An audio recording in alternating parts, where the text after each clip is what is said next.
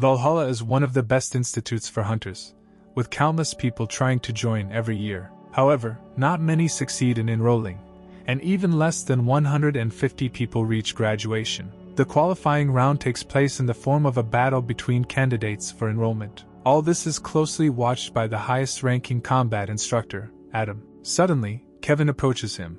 He is the heir to the important Yashin family. Adam immediately asks if Kevin is here just to see his niece. The man answers yes, because in their family everyone expects great success from Olivia. Olivia is a genius child born into one of the top 5 families in Korea, and at the age of 10 she already possessed the amount of mana of a high school student. At the age of 13, she was able to transfer mana into her sword, and at 16, she competed with members of her family and won. Adam asked Kevin if there was anything he didn't already know about his niece, and the man replied that they say she can communicate with her family's guardian constellation. The instructor was shocked by the man's answer. He asked if Kevin really believed this. The man says yes with complete confidence, because that's why he expects a lot from her. The 5 major families are given their status in Korea because guardian constellations are associated with each of them. Ordinary hunters receive blessings or enter into a contract with a constellation, but the guardian constellations of the 5 families are different from others.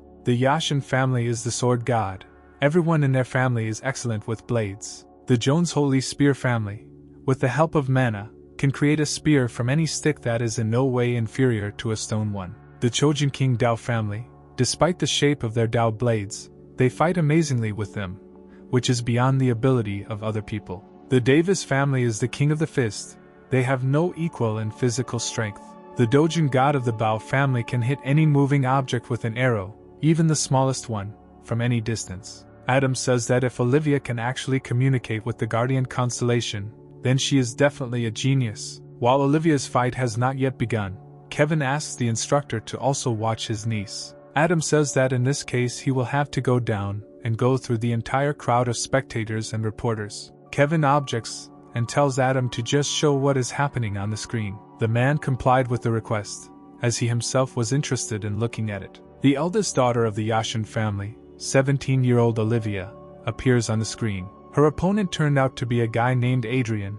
He is not a member of any of the 5 main families and almost nothing is known about him. Adam, seeing the guy, says that he is quite calm, to which Kevin suggests that he has probably already given up, since he knows who Olivia is. Meanwhile, Olivia was already looking forward to the start of the fight. Adrien, on the contrary, became bored, which is why he even began to yawn. Continuing to evaluate Olivia's opponent, the instructor said that the guy seemed to have no fighting spirit at all, and Kevin was completely sure that the fight would end quickly in favor of his niece. So, with 3 seconds left before the start, Olivia readied her sword. 2 seconds before the start, all Adrien did was begin to stretch his shoulder, while continuing to be completely calm. When there was 1 second left, the girl's eyes were already full of determination. As soon as the test began, she immediately ran towards the enemy. Olivia held the sword in both hands and swung it hard. With a slight movement, she cut the air in front of her, creating a blade of mana.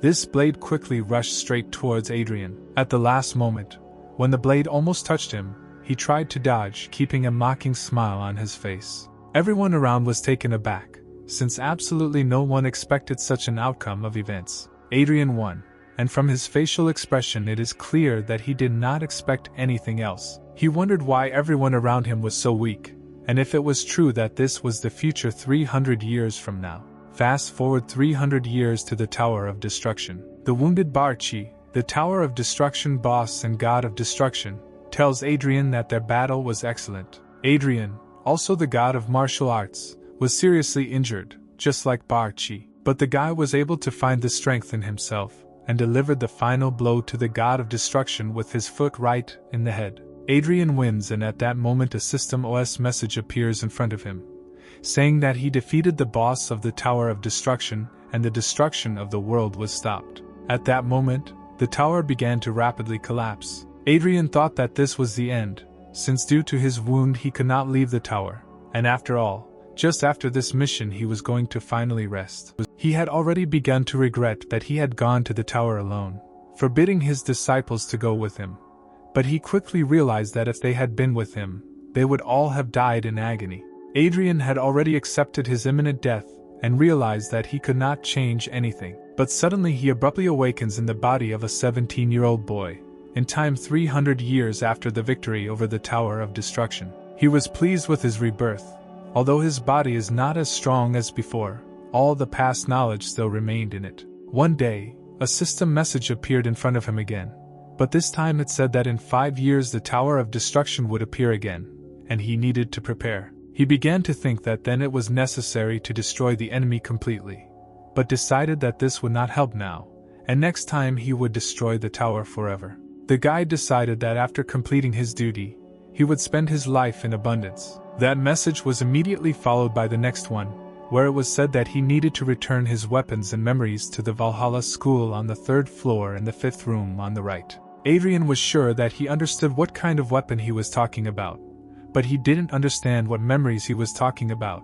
He decided to look for Valhalla. And now the 4th day of the top 10 competition is now starting, and the guy hears that those who want to participate must go up to the competition floor. Once everyone had ascended to the testing area, an announcement was made for everyone to take their positions. Instructor Adam is again watching what is happening. He noticed that today there are more people than ever, probably because all 5 main families have gathered here. Adrien's opponent this time was a guy named John. John is a muscular 17-year-old guy, and also the eldest son of the Davis family. John immediately recognized his today's opponent, Adrien. He thought that if he could defeat his opponent, his image would increase. The King of the Fist told his opponent that he would quickly destroy him, and that he didn't even have to try. To this Adrien told John to go to hell and showed his middle finger. At that moment the battle began. After what Adrien said, John became furious. He never stood out for his mental abilities and did not excel in creativity. His talent was in his physical strength. He was born with the best physical characteristics, and even the slightest training made him stronger. He could do what others can only with the help of mana. Adrien, meanwhile, did not stop showing his middle finger and mocking John. Then John concentrated all the mana into his fist and rushed at the enemy. Adrien understood that he could not win physically and decided that he would win with the help of dexterity and cunning. John's fist was rapidly approaching his opponent's face, but Adrien, with one deft tilt of his head, quickly dodged the blow. Next, he took advantage of the fact that the enemy directed gravity forward and hit him in the legs, which made John fall. The guy did not expect this. He was confident of his victory before what happened. Without wasting a second, Adrien delivered a decisive blow to John's stomach, causing his opponent to fall and lose consciousness. Adrien won again and once again realized that although his body was weaker than before, it did not create strong obstacles. John's father, the head of the Davis family, watched everything that happened, and immediately realized that Adrien had won with the help of his own cunning. He understood and comprehended all the guy's battle tactics, understood that his son could dodge any attack, but not this one, because in this case all of Adrien's movements were clearly planned. The man concluded that he was moving even faster than his son's top speed. He figured out the guy's excellent plan and realized all his genius, was delighted and horrified at the same time. The head of the family, Davis, decided that he would bring Adrien into his family, no matter what the cost. Going out to fight his next opponent, the guy didn't understand why grown men were shouting words from the spectators, calling a 17-year-old girl her big sister. Adrien's rival was a 17-year-old girl, Roxy, who is the second daughter of the Trojan family. The match began, but none of the opponents was in a hurry to attack first. Adrien was surprised that the girl was waiting and preparing, because all his opponents had previously attacked quite thoughtlessly. He concluded that she was better than the others because she could understand the situation. Then the guy became interested, and he decided to start moving towards the girl. Roxy immediately began to take out the blade, fill it with mana and change the element, producing lightning. All the spectators were taken aback by what they saw, because she is only 17 years old, and she already has such serious skills. The opponents were approaching each other. The girl continued to quickly draw her sword, and the guy simply grinned. The girl's eyes were full of determination and confidence. With a sharp movement of her hand, she threw a blow towards Adrien and should have hit. But incredibly, he was able to dodge. The girl was at a loss. The guy said she had a chance if she didn't show with her eyes the place where she would strike. Roxy was taken aback, and Adrien was already standing at her side and was ready to take the next step towards victory. He struck with mana directly at the girl's chest, thinking that this blow would be decisive. But Roxy was only thrown back by the shock wave. She remained on her feet and did not lose her balance. Adrien realized that he did not feel that he was hitting the body, and the girl was able to parry the blow with her sword. Goosebumps ran through the girl's body from how strong the blow was. While Roxy was shocked, Adrien wasted no time in delivering the next blow. He hit the girl's sword directly with incredible force. She had not yet had time to recover from the previous blow when the sword, which was aimed with a blade exactly at the girl's ribs, struck her. Roxy was unable to react and defend herself, causing her to fall. Adrien noticed that there was something wrong with his blow, but did not focus on it, since the girl was defeated anyway. The guy again defeated a representative of one of the main families. In the list of Valhalla selection trials, Adrien was in first place. Entering from Valhalla after the competition, the winner was surrounded by reporters. Each of them urged the guy to join their guild, shouting out certain advantages. Adrien was very angry about this. It was clear from his face that he was furious, and he told everyone to go to hell, showing his middle finger. News about this ignoramus quickly spread on the internet. All the comments were filled with people's indignation. Everyone talked about his bad manners, but the guy didn't care about it. And then came the first day of his training in Valhalla. The guy was not at all interested in hearing about the 100-year history of the school, and he was lost in his thoughts. He noticed that the other students recognized him and showed attention to his person. Adrien had already begun to wonder if he had gone too far yesterday, but he quickly realized that he did not care about the opinions of others. The guy suddenly remembered a recent system message that had appeared in front of him recently. I remembered that he was only here to get his weapons and memories back. Immediately after the introductory lecture, he quickly left the school with the thought of how to quickly get to the 5th room on the right on the 3rd floor of the school. He headed to his next lesson, which was to take place in the virtual combat simulation room. A young, 24-year-old teacher named Chris was already waiting for the group in the office. The teacher was perplexed that 3 representatives of the main families were immediately assigned to one class. Yes, Roxy, John and Olivia will be in the same class. But when the teacher noticed another guy in the group, he was shocked. Adrien was also assigned to his class. The teacher immediately realized that the year would be very difficult. But he could not remain in thought for long. He calmed down and began the lecture. Chris greeted the students and announced that he was their class teacher. Without waiting long, he decided to immediately start the lesson by sharply pressing a button. The space around the students began to change rapidly, and all the students were very scared because they did not understand what was happening, and so they found themselves somewhere in the forest among the trees. Even Adrien was thrown into a stupor by this.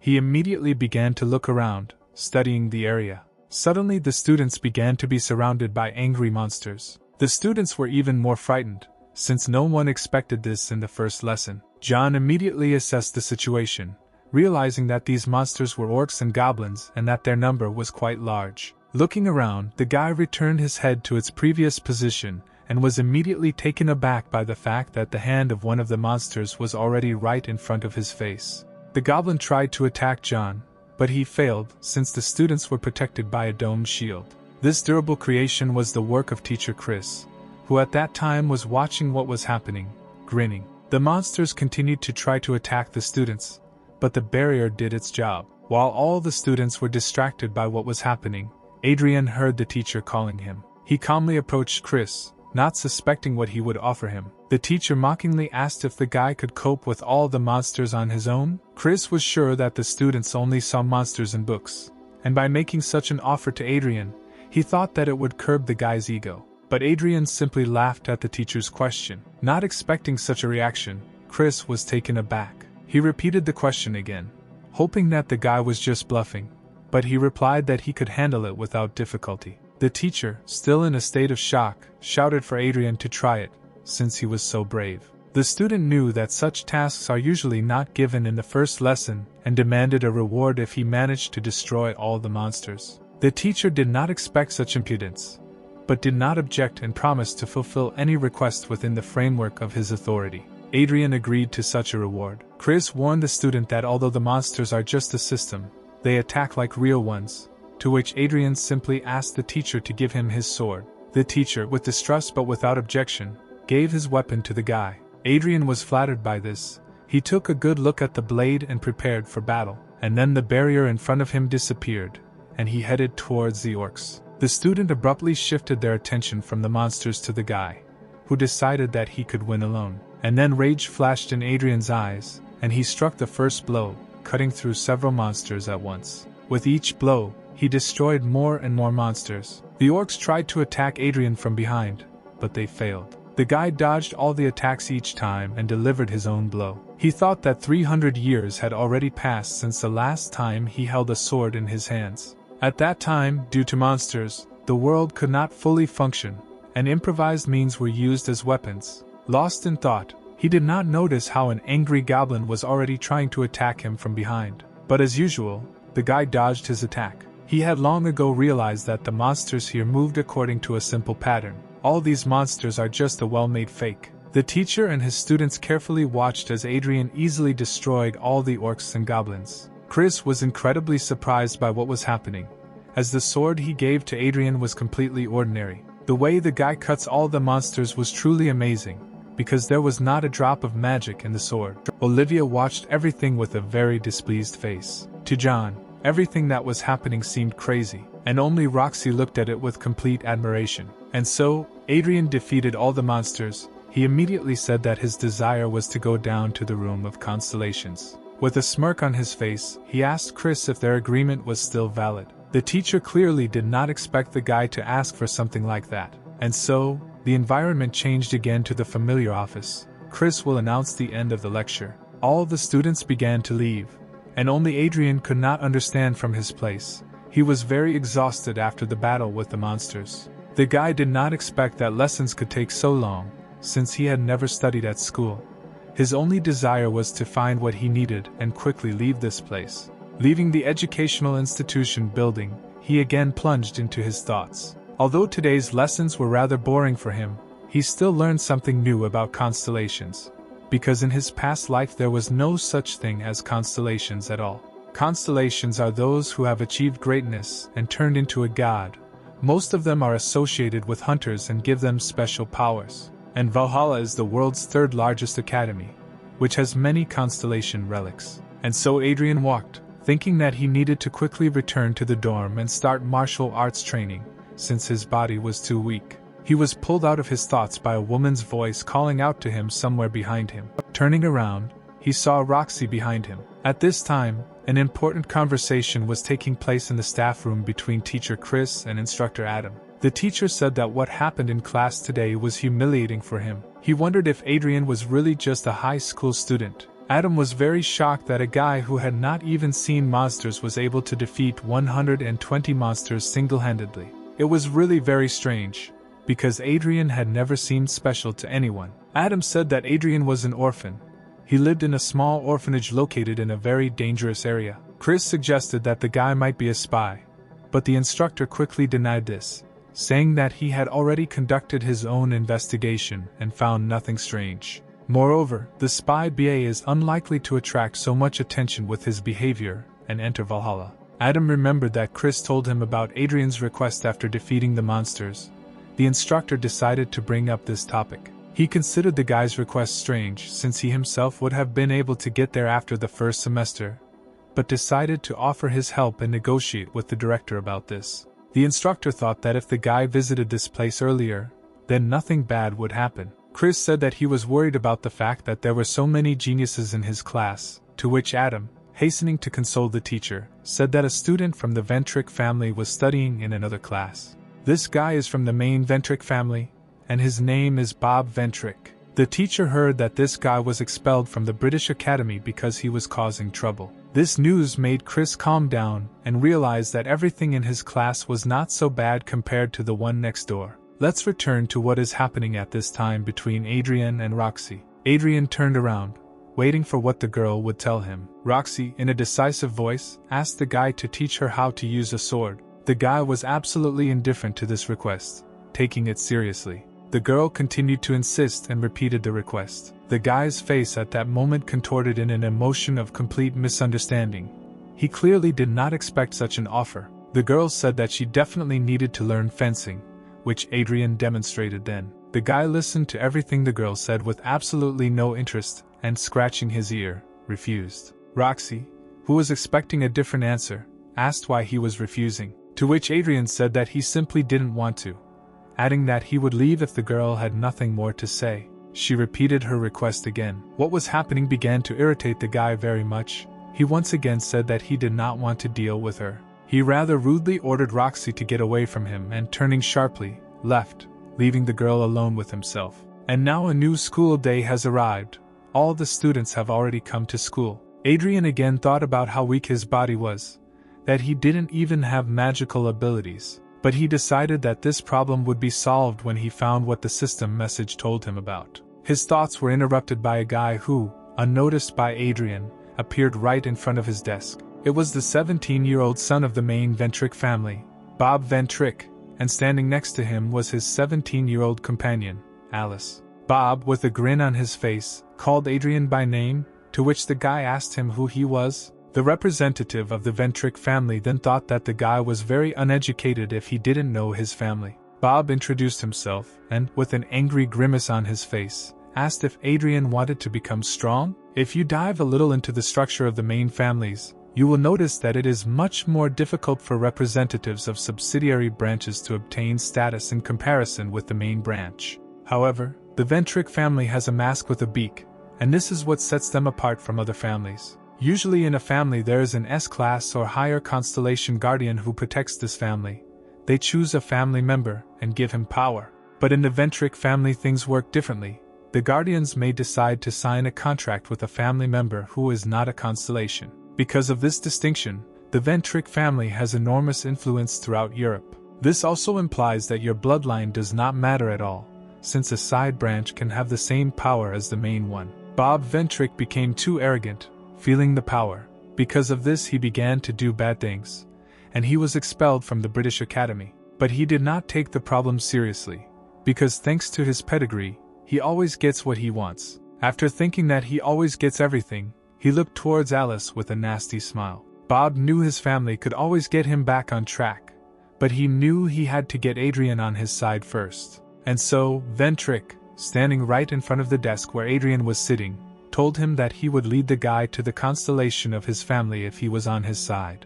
Adrien, with an absolutely dissatisfied face, asked if Bob was an idiot by any chance. This answer hit Ventri's pride very hard. He was stunned. The girl accompanying him was very embarrassed. Having come to his senses, Bob asked Adrien what he told him. The guy said that he was far from stupid, and he immediately understood from Bob's manner of communication that he just wanted to use him. Ventri was furious after hearing this. He called Adrien a dirty and uneducated man. In a fit of rage, he did not notice how Instructor Adam had already entered the office. The guy was distracted only after the teacher asked him to return to his seat. Bob shouted at this that the instructor should not use his full name, and Adam replied that the rules in Valhalla were different than in the British Academy. The guy got angry, but did not continue the conflict. He simply looked very dissatisfied and angry. He quickly headed towards the door, followed by Alice. Leaving the office, he told Adrien that they would need to talk again, to which Adrien did not answer.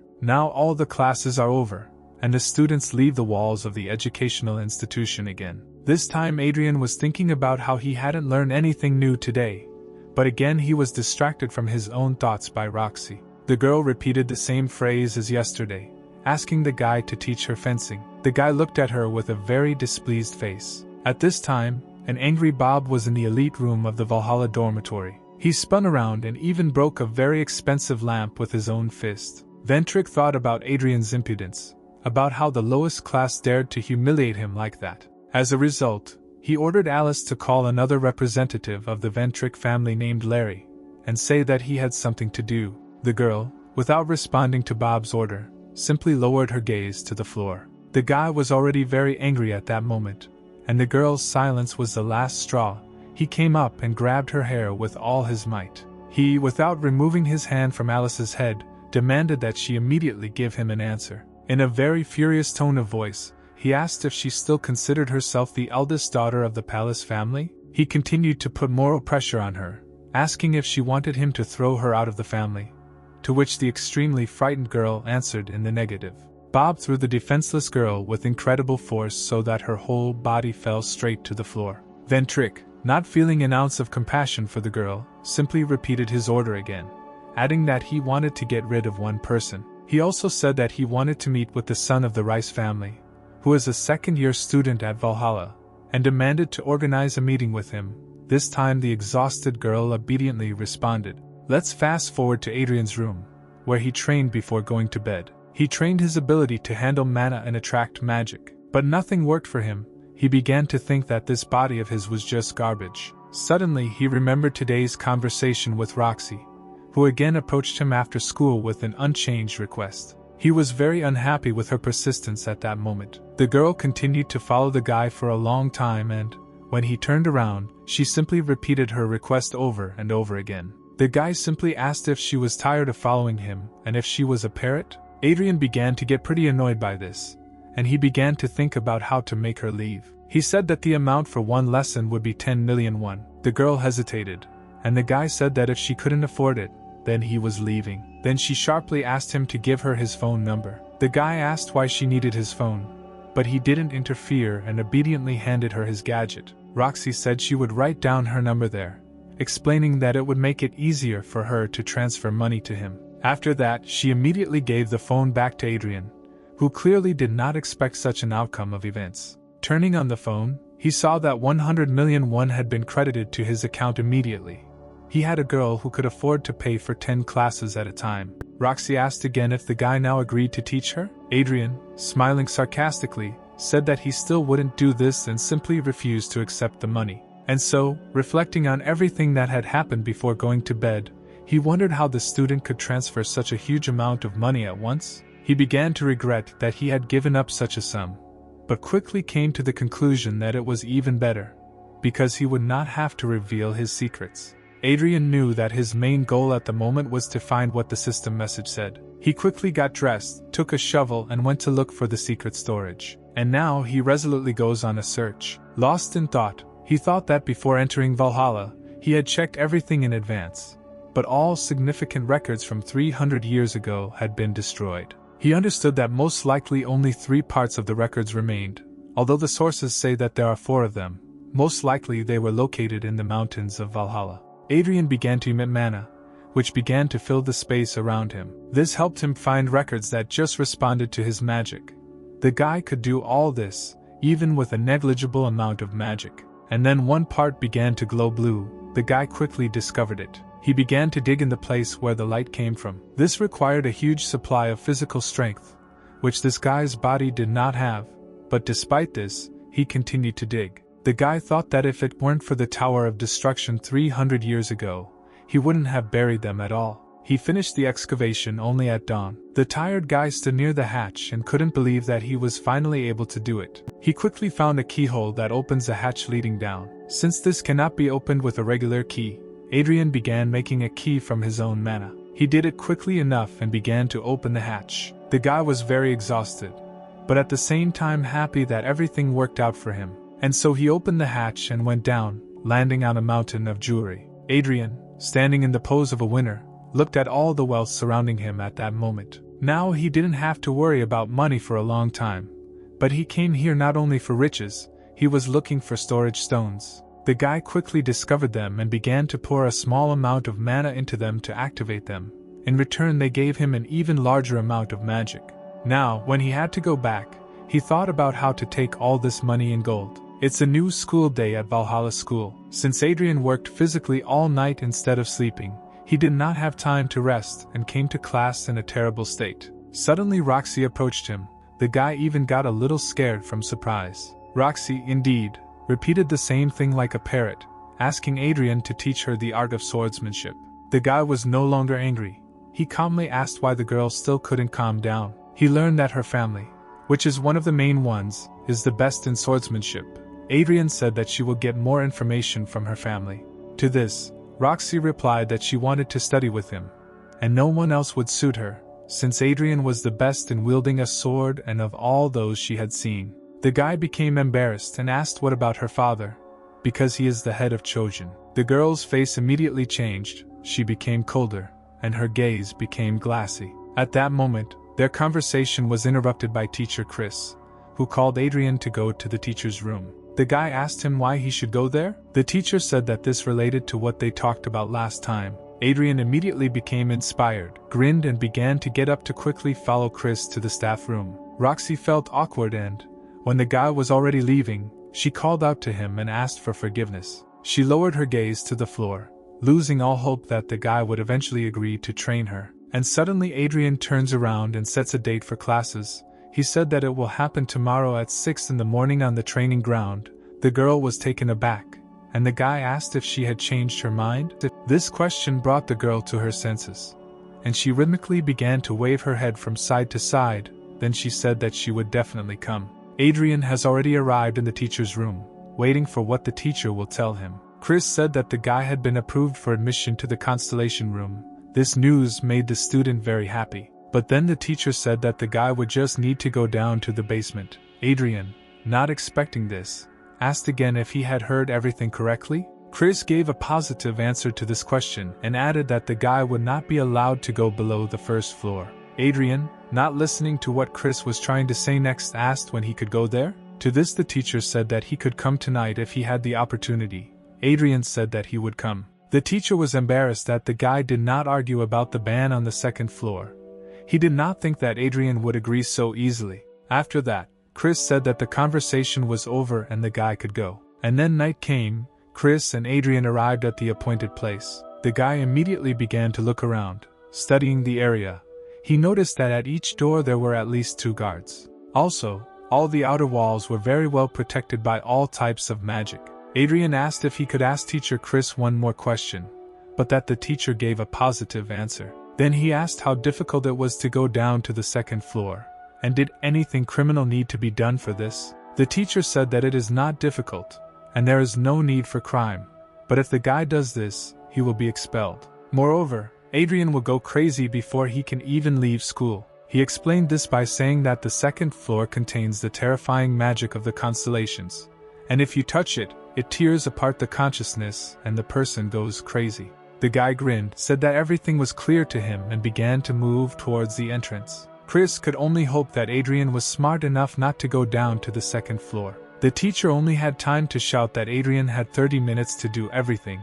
The guy replied that he would be back soon and entered the building. Upon entering, he immediately opened a message in the system to refresh his memory and quickly find everything. He didn't care whether he was expelled or not, since he came to Valhalla only for this. And so he began to go down to the 3rd floor. He walked, surprised that there were a lot of steps in this building. And so he found himself in some strange hall and assumed that it was a prison. He was sure that there was a constellation room on the ground floor, but everything pointed to the fact that it was indeed a prison. While the guy was thinking, a system message appeared in front of him again, which said that Adrien had fulfilled the conditions and would be moved to the room. The space around Adrien, who understood nothing, began to change rapidly. When he moved, what he saw shocked him. Before him stood the god of destruction Barchi, with whom Adrien fought 300 years ago in the Tower of Destruction. The guy couldn't overcome his shock and simply asked if it was really Barchi. The god of destruction responded positively and mockingly said that there must be this reunion after 300 years.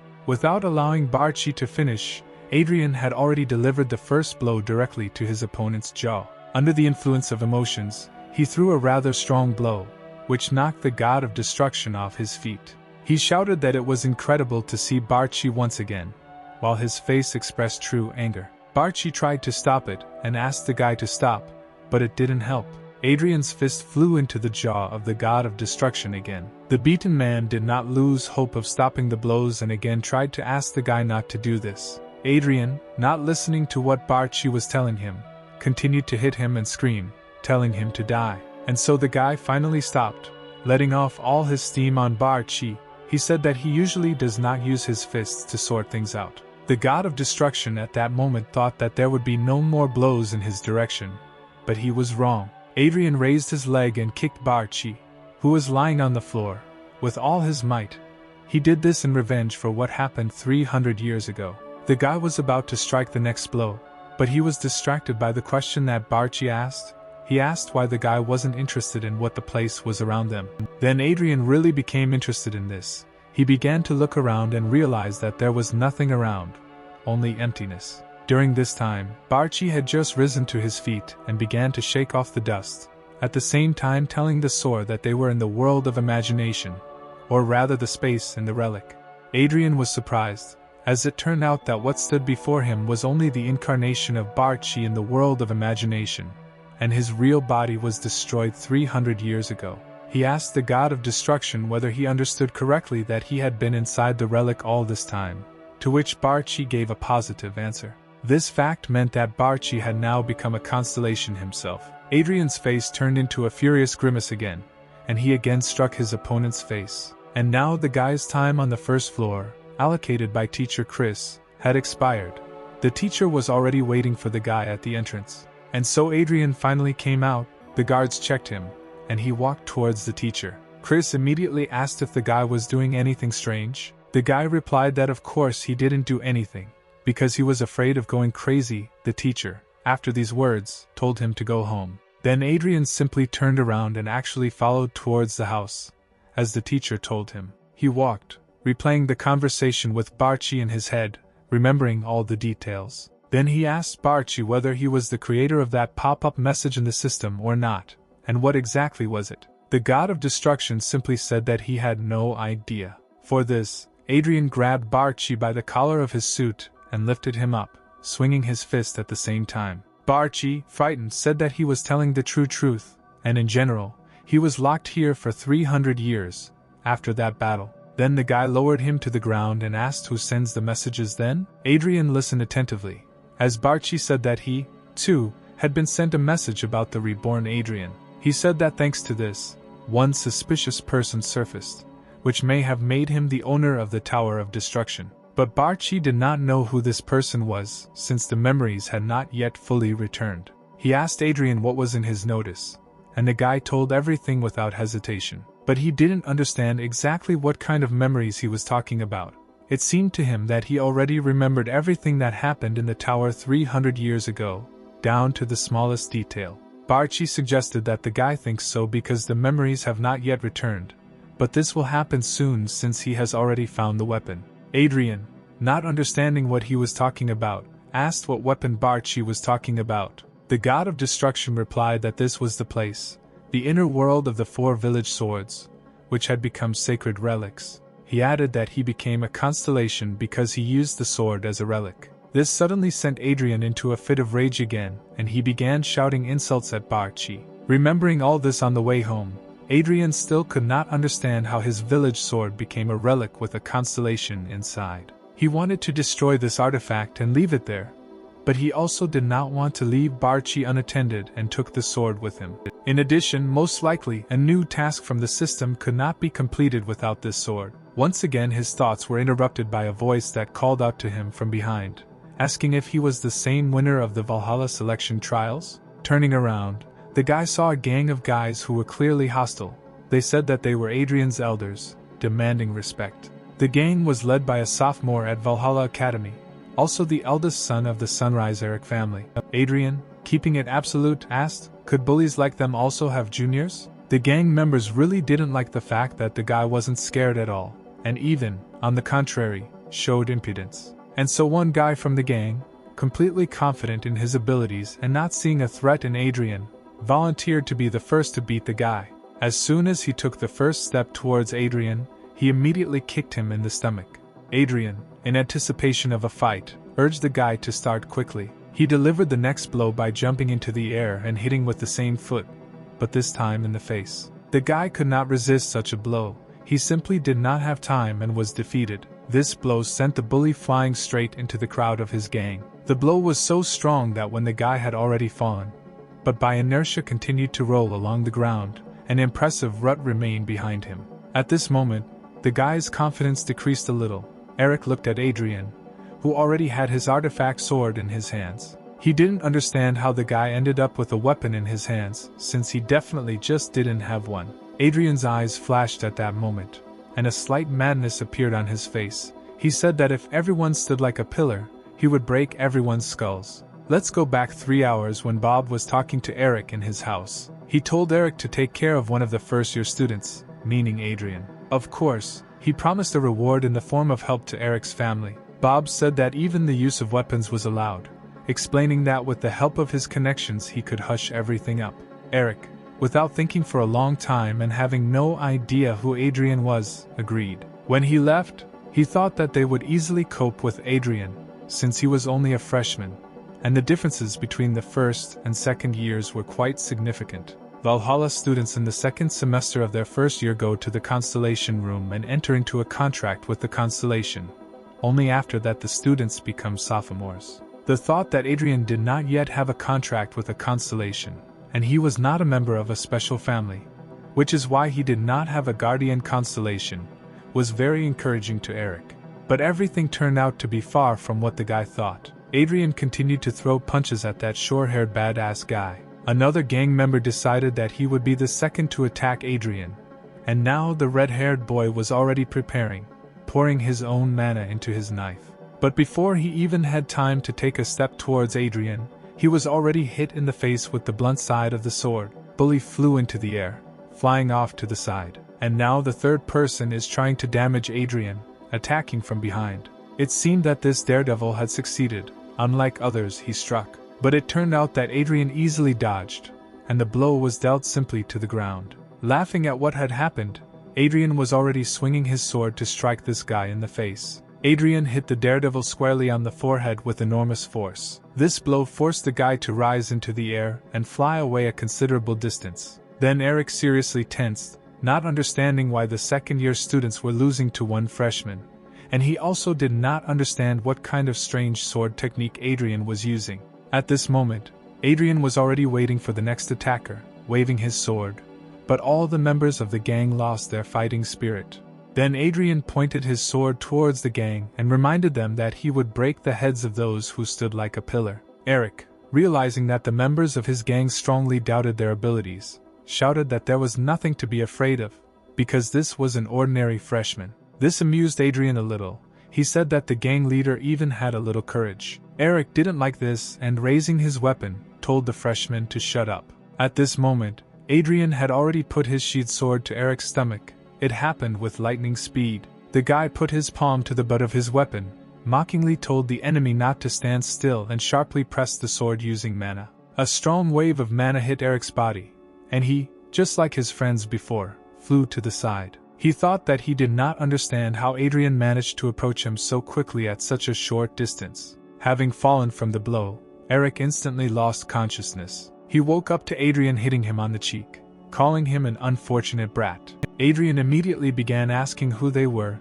and why they gathered and decided to fight him. Eric, calling Adrien hard of hearing, aggressively repeated that they were his older sophomores. Adrien asked that a bunch of sophomores with guns attacking a freshman is the norm for their gang. Adrien also demanded to know who sent them, but Eric hesitated and replied that they just wanted to rub the nose of the best freshman at the Valhalla qualifiers. Adrien mockingly said that he was about to cry, noting that it sounded absurd and looked like a tribute to gangsters. After that, he took the bag, started to leave and told Eric to clean everything up here.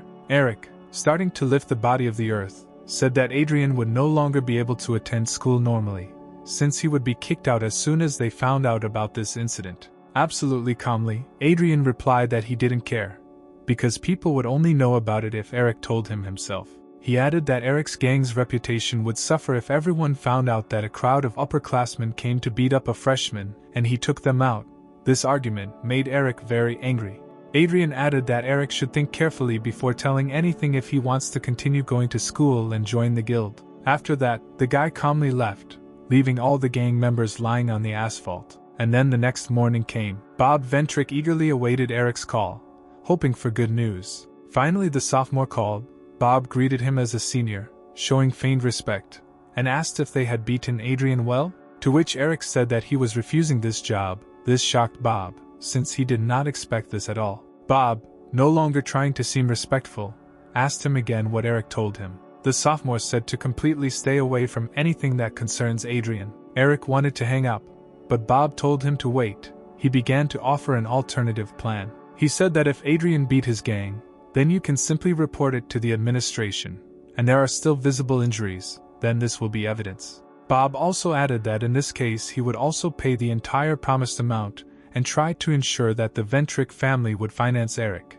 Eric himself already knew the answer to this proposal. He replied that they would not do this, since his gang would no longer be able to restore their honor after this, after which he hung up. Ventri again did not expect a negative response to such a proposal.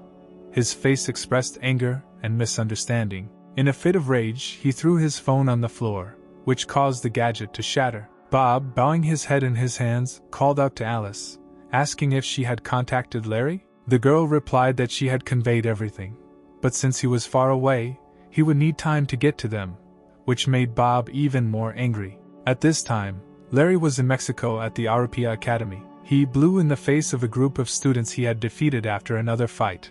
Learned that Bob wanted Larry to fly to Korea. He learned that Bob needed him to deal with a man named Adrien, and for this he would receive a reward that had already been prepared. Larry's scarred face contorted, taking on a mentally deranged appearance. He really liked this proposal. Fast forward to 6 in the morning the next day and straight to the training room. Adrien had just arrived and was ready to start training, but he got scared when he heard Barchi's voice. For a second he fell into a stupor because he did not understand what was happening. Barchi said that he was in a sealed sword and did not understand why Adrien was so surprised. Adrien said he was afraid that Barchi had somehow managed to get out, because then he would have had to beat him up again and put him back in. The guy started stretching before training and at the same time asked Barchi if everything was okay with the sword. He was worried that the sword was an artifact that was kept in Valhalla, and they left the constellation room, taking it with them. Barchi said that there is no need to worry, because he left a line there, but Adrien said that this is exactly what he is afraid of. Adrien asked where Barchi learned to create replicas, to which he replied that it happened when he woke up and lost all his strength, but from the very beginning he could create replicas. Carried away by the conversation with Barchi and continuing to warm up, Adrien did not notice how Roxy came into the hall. Opening his eyes, he saw in front of him a girl who was already ready for training. The guy greeted the girl and was glad that she had come. Roxy asked again if he would teach her how to use a sword now that she was already here. Adrien said no, adding that they would start by leveling up her stamina. The girl asked why, and the guy replied that she could leave if she didn't want to. Roxy immediately said that she would do everything. Then Adrien smiled and told her to start stretching. The girl began to do exercises, and Adrien reflected on the strangeness of modern training methods. He thought it was wrong that everyone pays great attention to mana, but does not pay attention to stamina. Even Roxy, who has a huge amount of mana, has extremely low stamina. While Adrien was thinking, Roxy had already finished stretching. Then they began a full-fledged training, and began with push-ups, which were difficult for the girl. Then there were squats. Roxy did regular ones, and Adrien did squats with dumbbells, since his physical strength was already at a completely different level. Next is an exercise for the arm muscles using dumbbells. After all this, the girl lay down on the floor, trying to catch her breath, and thinking that this was the end of the training. But Adrien had other plans. He said they were just getting started. The girl, thinking it was a joke, asked what the guy said. Adrien said that they still needed to run 20 kilometers. The girl could not believe her ears, but agreed, although she had practically no strength left. Now it was time for school. Before the lesson, Adrien was thinking that even though this time the training was more difficult, Roxy still managed it, which means that her strengths are worthy of development. At this moment, the girl sat motionless at her desk. She was completely exhausted at the very beginning of the day. And so the lecture began. A high-class instructor and teacher of the topic of spatial monsters, Lily, entered the class and immediately ordered everyone to be silent. She said that today they would have a simple written test, which she warned about. All the students listened to her carefully. Everyone started doing it. Adrien finished the fastest. Lilia said that time was up and the tests needed to be passed forward, starting from the back desks. She said that today's test will not affect students' grades, but will be used to assess their knowledge. After that, she said goodbye to everyone and left the office. At that moment, Barchi contacted Adrien, asking if the guy was sure he could write such answers. Adrien thought it was inconvenient that Barchi was watching him do the test as well. Only then did the god of destruction explain to the guy that he could read his thoughts regarding himself. Having understood the situation, Adrien said that he answered only as he knew. At this moment, in the teacher's room, Lilia had already begun checking the work, and it seemed that all the work was done well. But one piece of work made her very angry. She couldn't understand whether they could really be considered answers at all. Teacher Chris, who had just made coffee and was about to relax, passed by. He saw that Lily was very dissatisfied with something and felt angry. The teacher asked if she was currently checking tests for his class, to which she replied yes. She said that she had the students learn how to properly kill monsters in order to prepare for a battle simulation in the next class. Lilia added that the class was quite strong.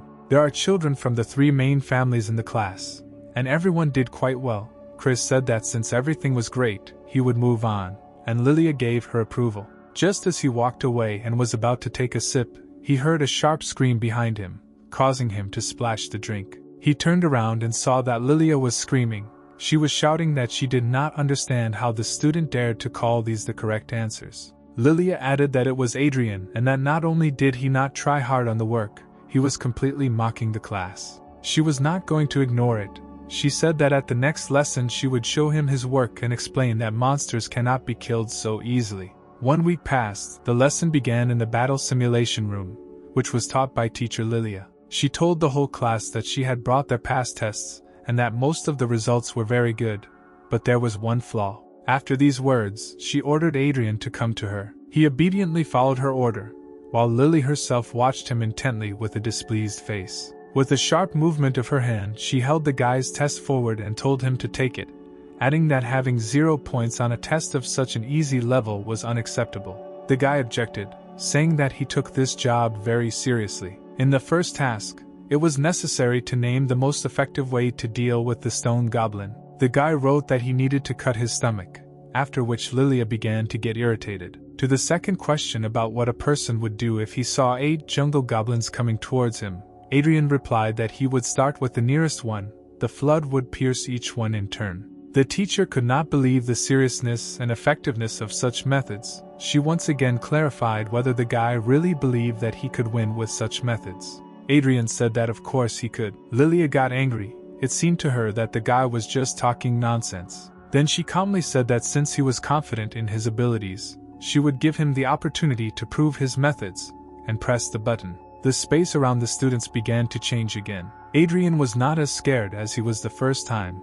He saw that there was a monster behind the barrier. The teacher said that if the guy kills the monsters as he wrote in the text, then she will correct his grade. The guy, without hesitation, put the test on the table and went to take the necessary weapon. Taking the necessary sword, he walked towards the enemy. Lilia was sure that, although he was able to defeat 120 goblins single-handedly, he would not be able to defeat the stone goblin with one blow. Meanwhile, the guy was already standing opposite the enemy. The goblin decided to attack first. Grinning, Adrien swung his sword at the stone goblin. With a sharp movement of his hand, he pierced his opponent's stomach right through. Immediately, the monster simulation began to disappear, which indicated the guy's victory. And then the monster completely dissolved. The sword fell to the ground with a roar. The teacher did not expect such an outcome at all and could not say a word. Olivia, who, like all the students, was watching the fight, was taken aback. She could not understand how he killed the stone goblin with an ordinary sword. John also didn't understand what had just happened. Only Roxy at that moment once again admired Adrien's strength. Having found the strength, Lilia finally asked how he could do this. The guy, not understanding why such a stupid question was asked, simply answered that he just hit him in the stomach with a sword. Lilia understood that in order to defeat such a monster with a sword, you need to have at least a Class A contract, and in a normal situation, it would be logical to deal with this monster with a blunt weapon. The guy mockingly asked if his answer was ultimately correct. The teacher said that it would depend on the second task, and quickly pressed the next button. The environment changed its shape again. Adrien found himself directly opposite the entrance to the tunnel, on the walls of which there were lit torches. Lily, when the guy turned his head away from the entrance, told the guy to be more careful and look back. 3 jungle goblins began to emerge from the tunnel. The difference between these goblins and ordinary ones was that they have problems with aggression. And if something is done wrong, the goblin will use the roar skill so that the rest of the goblins in the area will come running to help. She thought that normally the magician would either try to kill everyone at once or run away. So far, there were only 3 goblins standing in front of the guy. But he didn't know that there were 5 more that would attack immediately if the guy made a mistake. And so Adrien, throwing the sword from one hand to the other, headed towards the enemies. Furiously, she attacked the monsters, putting strength into the blow. He delivered the first blow directly to the forehead of one of the goblins. With lightning speed, he delivered the next blow directly to the throat of the second goblin. And so, after a couple of blows, all the monsters were defeated. Lily, seeing this, could not believe her eyes. The guy turned and said that he had coped with the second task, smiling at the same time. The next day came. Adrien and Roxy were already in the training room. She was running on a treadmill. The guy was doing well as usual, but the girl was already feeling a loss of strength. When she had run the required distance, she fell to the floor in star pose and tried to catch her breath. Adrien asked why such exercises were so difficult for her, because she had to train with her clan before. The girl replied that she usually doesn't push herself like that. The guy asked how she was going to fight monsters if she didn't train like that. Roxy said that she could use magical power by borrowing it from the constellation. Adrien expected such an answer, since such people rely on constellations and train magic, not endurance. He wondered what such a person would do if he ran out of mana during a fight, or if the constellation simply did not provide magic. Then he asked if Roxy thought these exercises were useless. Roxy replied that she would do them, since the guy promised that he would teach her fencing. To this the guy asked the following question, asking if the girl was doing this just because he said so. He quickly realized that he had asked the wrong thing and told the girl to forget it, adding that classes would start soon, so the training was over. The guy himself was in no hurry to leave, so Roxy asked why he didn't leave. Adrien replied that he would do one more approach and asked if the girl wanted to continue too. A second later, he said that she had better go to school, and the girl did not mind. She left the hall, saying goodbye to the guy. So, when he was putting the discs on the barbell, Barchi contacted him, asking if this girl's name was Roxy, to which the guy answered yes. The guy said that he agreed to train with her only because she pestered him with her questions. Barchi asked if Adrien showed her his sword technique, to which the guy said no, but she saw it during a fight in class. Barchi was surprised that she was able to see the power of this technique just by seeing it. Adrien said that he also found it interesting. At that moment the guy heard that he was not alone in the hall and turned his head. John was lying next to him, lifting a barbell. He was just finishing his workout, and also turned his attention to Adrien. Adrien asked how long John had been in the hall. He replied that he always trains here and has been here since the morning. After these words he went to the exit. Adrien noticed that due to his predisposition, John could train for a very long time, which meant that his stamina was good. He told Barchi that this guy's approach to training was more intelligent than others. The guy asked the god of destruction, "What are these constellations doing?" Barchi said that although he is also a constellation, due to the fact that he was imprisoned for 300 years, he does not know anything about others like him. He added that the guy could find out more about it if he completed the system's task. A new task has already appeared in the system, in which it was written that now you need to visit the Eye of the Great Forest of Valhalla, the House of Rona, but be sure to take the Heavenly Sword. He knew that this was the place of survival that they would visit at the end of the first semester. The guy thought that if it weren't for these tasks, he would have gotten out of here as soon as he took his things. Adrien decided that he would not be able to leave this place until he completed this task. Let's move to the United Kingdom in London to the Ventri family mansion. On the walls of the entire mansion hung paintings depicting their relic masks and the masks themselves. At the head of the long table sat the owner of the house, Kayla Ventri, and at the other end stood a servant. He reported to the head that the labyrinth at the border had been taken care of. To this the woman replied that this was very good work, and asked if there was anything else to report. He said that he wanted to hire several competent people whom he had recently found, one being the only survivor of the Robert clan. He then added that he found another one. Both of them are A-rank contractors. Kayla approved the decision and said that after testing their abilities, they should be sent to her. The servant hesitated, not knowing whether to talk about another situation, but in the end he made up his mind and said that he had something to tell about Bob Ventri.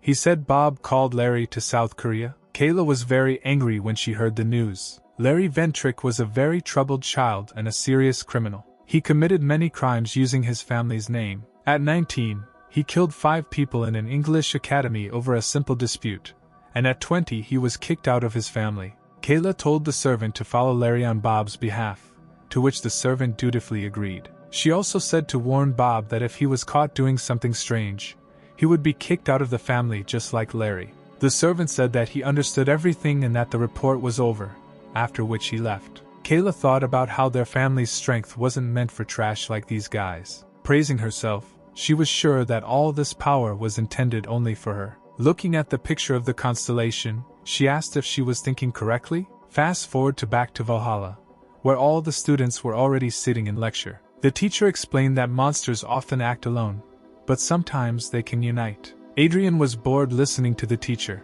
since he already knew this information, and he was lost in his thoughts. He thought about the benefits of his training, as he felt that he had clearly become stronger. The guy didn't understand why this body was in such bad condition before training. He recalled that when he practiced chi circulation on the first day, he could barely finish because he had less mana than an ordinary person, and the physical condition of his body was so bad that he almost lost consciousness from working with a shovel for a short time. He thought that something might have happened to this body in the past. The guy, leaning back in his chair, decided not to focus on this for a long time. His thoughts were interrupted by a hand reaching out to his desk. Adrien immediately noticed her. It was Olivia. She placed a folded piece of paper on Adrien's desk, looking intently into his eyes. The guy immediately took the note in his hands and began to unfold it. There was nothing on the piece of paper except the word "hey." And then classes finally ended.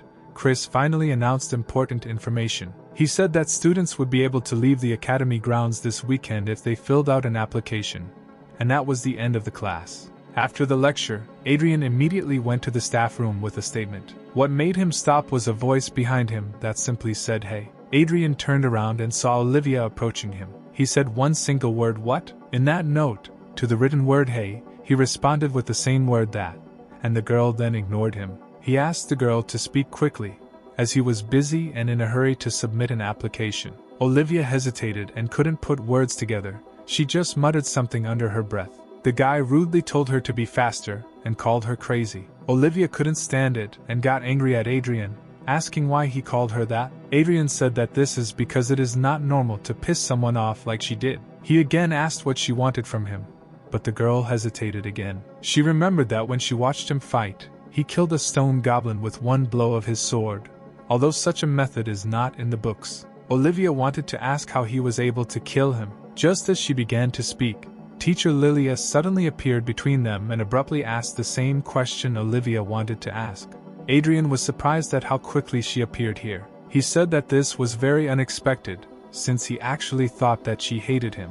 But Lilia denied this, saying that she did not care what happened then. She said that she thought that there was only one way for a monster to kill. But Adrien showed her the opposite. She asked if the guy wanted to become her assistant. Adrien said that he refused and went towards the teacher's room. Lilia continued to beg him and followed him. They left, leaving Olivia alone. The girl decided that she didn't really need it and didn't follow them. And then the next day came. Adrien went to the place he planned to visit. This place was a wound. On the evening of the previous day, he was looking for information about this place. He had to find a trading forum where he could sell the jewelry he found from the vault. At the moment when he found what he needed, Roxy wrote to him, saying that she would not be able to come to training tomorrow. Adrien wrote that he would also be busy tomorrow. Roxy started sending a huge amount of stickers. The guy didn't know how to stop her, but he resigned himself and simply continued to study the information, where it was said that he needed to follow the link and get a reservation and location. And now he is already going to that very place. He was looking for some old cafe. When he found it, he noticed that the cafe was really very old, that even the letter on the sign had practically fallen off. He went inside. Everything around was broken. Furniture was scattered. There were cobwebs all around. Adrien, reading the location indicated in the message, moved towards the right corner. There he saw a door and went towards it, and so he went out, leaving this abandoned cafe. He knew it was his first time here, but he felt a strange feeling, as if he had been here before. Especially the purple sky and the cloudy moon seemed most familiar to him, similar to those he had seen 300 years ago. Walking further, he heard a voice from behind asking him if this was his first time here. It was a tall man in a leather suit. Adrien realized that this was the worker mentioned in the letter. The man asked if this was the guy's first time here, and if he knew how the market worked. Showing the money, he replied that he had an idea. He then handed the stack of money to the man, who duly took it. He spent a large sum on this, and only had 30,000 won left. The man said that Adrien could ask him questions if he wanted, to which the guy said that he wanted to ask one thing from the employee. He asked where he needed to go to sell the jewelry. The employee asked if the guy was looking for an auction, and Adrien replied that he just wanted to sell it quickly. The man said that in this case, he needs to go to the third quarter, because there are many merchants there who will buy from him anything from weapons to jewelry and much more. Adrien asked to tell which of the merchants was the most reliable. The employee recommended a merchant named Morris, since he is famous for his best prices and specializes in jewelry. Adrien asked where exactly the third block was, and the man, pointing with his finger, said to go straight and not turn off at the fork. The guy thanked him and was about to leave, but the man added one more thing. He handed the guy a black mask with ears and said that he strongly recommends walking around the market wearing it. Considering the kind of goods sold in the market, almost everyone prefers to wear masks. The guy thanked the man again and turned around to leave. The worker bowed after the guy and wished him to have a good time. Here the guy arrived at the third quarter of the wound. Everyone around was really wearing the same masks. He noticed a merchant who was examining a diamond using a special device. The guy approached him and said that the merchant must have been Morris, to which he gave him a positive answer. Adrien said that he has several items that he would like to sell right now. Morris said it would depend on the specific item, but if it was gold or jewelry, there would be no problem with it. At this moment, Adrien had already put his hand into his backpack to find his goods, and so he took out a small black bag with drawstrings from his backpack. He threw it on the table in front of the merchant, saying that he wanted to sell all the jewelry from this bag. Morris slowly opened the bag and, seeing the contents, asked if they were rings. The merchant took one of the rings and began to carefully examine it, turning it in his hand. He did this using the same instrument with which he examined the diamond. Morris was shocked by what he understood. He exclaimed that he could not believe his eyes. In his hands was a real, magnificent ring from the era of destruction. At this moment, the merchant was only thinking about whether the rest of the jewelry was so valuable. He looked again at the bag that contained all the other jewelry. Then he was simply speechless. All the jewelry was from the same era. He was distracted from his delight by Adrien. The guy asked how much the merchant is ultimately willing to pay for all this. After these words, the merchant again began to carefully examine the jewelry. He couldn't understand where the guy got such artifacts from, because based on his voice, he was only about 20 years old. Without thinking for a long time, Morris asked where the guy got these jewelry from. Adrien said that he had heard that in this market it was not common to ask such questions. Morris seemed to be brought out of his trance by these words, and he replied that the guy was right and apologized to him. Immediately after this, the merchant thought that he had almost lost his reputation. Despite the significance of the jewelry and their quantity, Morris did not deceive the guy and said that he did not have enough money to buy it all and handed the bag back to the guy. Adrien asked where, then, could he get money for them? The man pointed further down the street, saying that the auction room was there. The guy asked the merchant how long it would take to sell all the instruments. Morris said the time will be about 2 to 3, as many people reserve slots in advance, so it will be a while before the auction hill opens. Adrien asked if he would have to come in person to collect the money. After thinking, the guy asked how much the merchant would buy them from him for. Did Morris think seriously and start counting? He quickly wrote a number on his phone and showed it to Adrien. The guy was shocked that the price for it was so high, and the merchant was ready to provide it. Adrien continued to ask questions and learned that the merchant was willing to pay 3/4 of the principal amount, which was also a huge figure. The man added that these were just his rough calculations, and if the guy went to the auction, then things would go completely differently. Adrien was satisfied with this amount, and he told Morris that he agreed. Morris couldn't believe what he just heard and asked the guy again. After all, these jewelry were very expensive at one time, but now they have become even more expensive. The reason for the constant increase in price was the constellations. The constellations that began to appear after this era reacted strangely to artifacts from it. Thanks to this, a common man was able to sign a contract with the S-class constellation. Morris thought that that guy was still a contract worker. Morris thought about this as he looked at the ring more closely once again, and noticed how incredibly powerful magic enshrouded the jewel. He realized that the magic of that time still existed, and he also reflected that he was incredibly lucky to buy such significant things for such a small amount. The merchant decided that today was clearly his lucky day, but his thoughts were interrupted by a silhouette that created a shadow blocking the light for Morris. The merchant was shocked that the silhouette that appeared in front of him out of nowhere turned out to be a black cat, and also the owner of the market. At this time, Adrien had already crossed the threshold of the abandoned cafe, through which he had entered the market before. He took off his mask, thinking about how uncomfortable it still was. The guy looked around a little to see if he really came through this cafe, and realized that this was it. Then he took out his phone again and looked at his bank account, which had recently been replenished with a large amount of money, which made the guy very happy. He knew that if this money ran out, there would still be a lot of different jewelry in the vault. When the guy was leaving the cafe, his phone suddenly rang. The number was unfamiliar to the guy. Adrien picked up the phone and immediately asked who was on the other side of the call. The stranger turned out to be quite familiar Lily, who joyfully greeted the guy. The guy logically asked where she got his phone number. She said that she was an instructor and she had information, but it didn't matter, since she wanted to invite the guy to eat, setting the meeting place near the gym. She added that she would pay for everything herself and abruptly hung up, without leaving the guy a second to answer, but he decided to go there for the free food. At this time, the conversation between the black cat and Morris continued in the market. The merchant asked why the owner himself was at the market, to which the man said in a calm tone that their relationship was not so bad that he could not come. Morris said that although they had met a couple of times, a simple merchant could not chat casually with the market owner. The owner was called the Black Cat because of his black mask on his face, completely depicting the grace of a cat. The important man replied that it was because of Morris's attitude towards him that he liked him. Morris, ignoring the cat's phrase, again tried to find out why he came to the market. The Black Cat, sharply leaning his elbows on the table, said that it was nothing serious.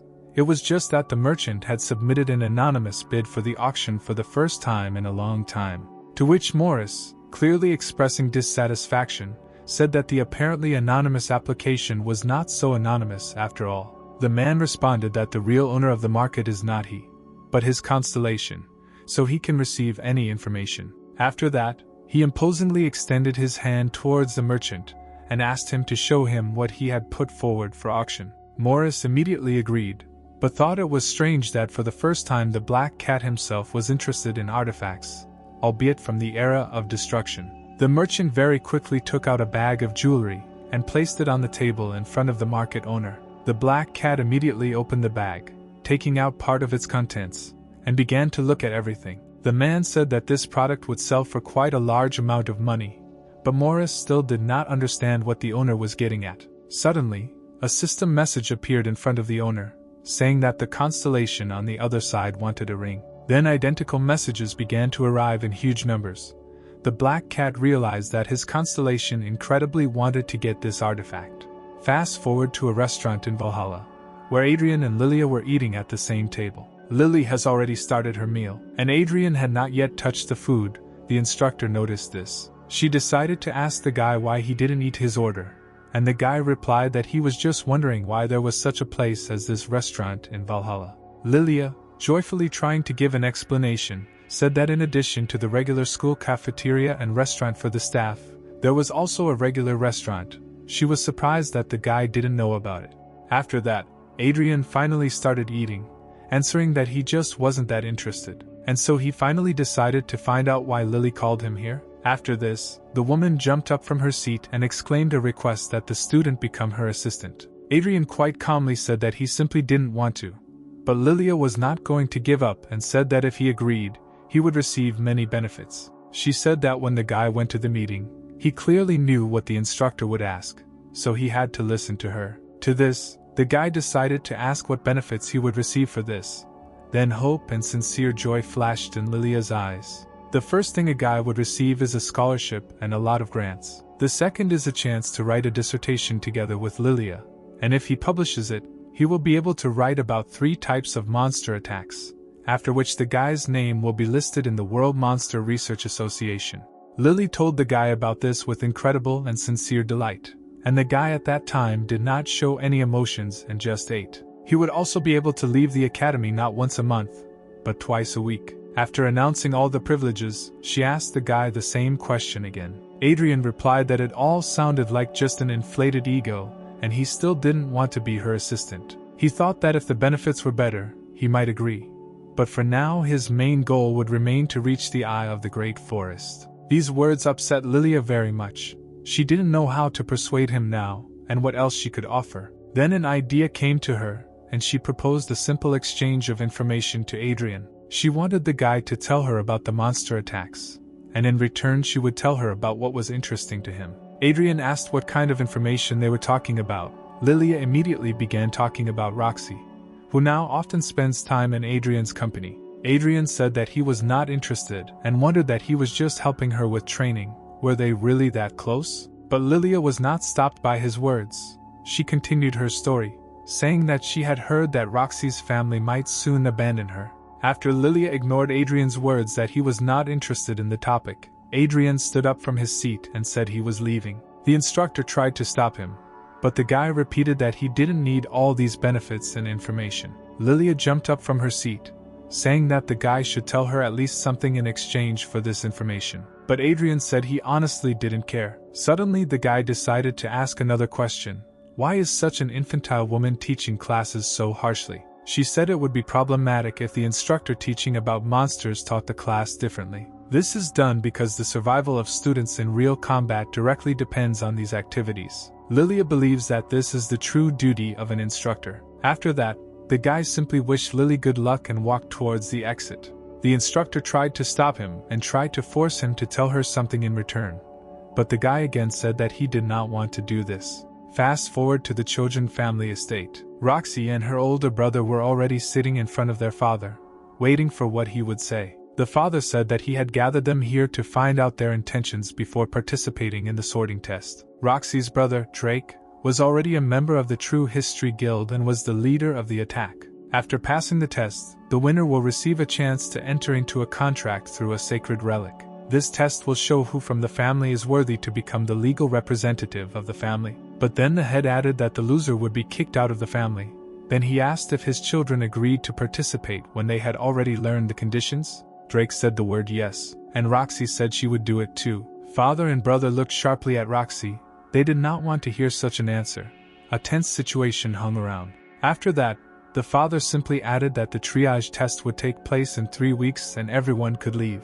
As soon as Roxy and Drake left the room, the guy unkindly asked if Roxy didn't get the hint. The girl asked again, and the guy repeated, didn't she notice her father's reaction when he heard her consent to participate? Roxy was embarrassed because she noticed and understood everything perfectly. Then Drake mockingly asked if a girl who is an illegitimate child really hopes to become the head of a family. Roxy gritted her teeth, very angry at the rude man's words. Still with the same mockery, the guy added that the girl had a very scary grimace. A crazy smile appeared on the guy's face. He said that since the girl couldn't even receive the blessing of the constellation, then she shouldn't even hope to win the sorting test. After which he left, finally saying that he would make Roxy pay dearly, and let her continue to spend her parents' money. When he had almost closed the door behind him, sticking his eye out through the crack, he said threateningly that they would meet in 3 weeks. Roxy was left alone with her thoughts, but it was clear from her that she was serious. Her motivation was her mother's last wish before her death. Her mother, holding her daughter's hand for the last time, told her that she should become the head of the Chojin family, and after achieving this goal, she would be able to do anything. Remembering this, Roxy was filled with energy and understood what her true goal was. And then the next day came. All the students were already sitting at their desks and listening to the teacher. Just as Adrien was lost in thought, he was contacted by Barchi, who said that midterm exams were coming up. Barchi said that if Adrien sits quietly, that the constellation can also hear everything. Then he once again reminded that the teacher talks about upcoming exams, but Adrien is almost always not particularly attentive in class. After that, Adrien decided to listen to Chris's speech. He said that the exams in Valhalla are extremely important. He said that at the end of the semester, students with the lowest scores will be expelled. Chris finished his speech by saying that there was no need to quit the race at the very beginning. Then Adrien began to think. Adrien had no problems with the practical part of the exam, but he was worried about the theory. There was no way he could leave school until he fell into the eye of the great forest. Then he had an idea, and he turned to Barchi, asking if he had listened to all the classes. He answered yes, after which Adrien said that Barchi would decide the test for him. Adrien said he would just check Barchi's answers and tell him if anything was wrong. Barchi was outraged and said that it would not be fair since it was an exam. Then the guy angrily replied to the constellation that it would be Barchi who would give him the answers and that would be all. And so Chris said that the lesson had come to an end and everyone could leave. Adrien immediately stood up and began to grab his bag to quickly leave. But then someone distracted him, calling him by name behind his back. Turning around, he saw that it was Roxy. She asked if there would be training today. The guy answered positively, and said that such questions make him think that the girl wants to end this. Roxy said that that's not the point at all. Then the guy asked, "What is it then?" Then he, without waiting for an answer to the previous question, asked if she wanted to learn how to wield a sword. But the girl was confused by this question. Adrien suggested that since the girl was training with him, she probably didn't use the sword at all. The girl confirmed his assumption. After that, he said that he would teach her how to hold a sword correctly, even though it was not martial arts. He realized that he himself needed to practice with his sword. Then the guy told Roxy to come to the training room near the gym. Roxy beamed with joy after these words and agreed. And so they were both in place and began training. Adrien asked when was the last time the girl used her sword. Roxy said she hasn't touched him since they started training. The guy suggested that before this Roxy trained every day. The girl confirmed this again. Then the guy told the girl to draw her blade. Roxy did it without hesitation. Adrien began telling Roxy to put some strength into her index finger and pinky finger, and grab the handle tightly.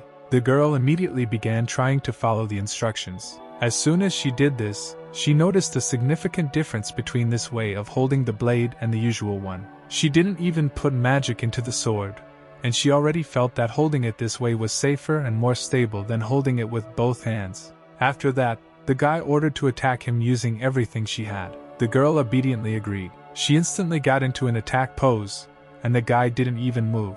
Roxy began to use mana and warned the guy that she would start now. She quickly ran towards Adrien and immediately noticed the change in the speed of her legs. The girl quickly tried to strike the guy, but he deftly blocked it with his sword. Then he said with a grin on his face that the girl had clearly become faster. Pushing her away, he gave her advice not to put more magic into the feat than necessary. Getting into position again, the girl said that she understood. She once again moved decisively towards the guy. She swung her sword and struck, cutting through the air in front of her. But Adrien was easily able to dodge, telling the girl that her movement was very good. He then slashed her opponent's sword, causing her to lose her balance, and told her that she needed to turn her body a little more when she stopped. Smirking and stretching his shoulder, the guy again said that there was no time to rest and ordered to attack. She slashed at him with her sword again, but Adrien easily blocked her attack with his blade. The girl tried again, hitting the blade from top to bottom with all her might.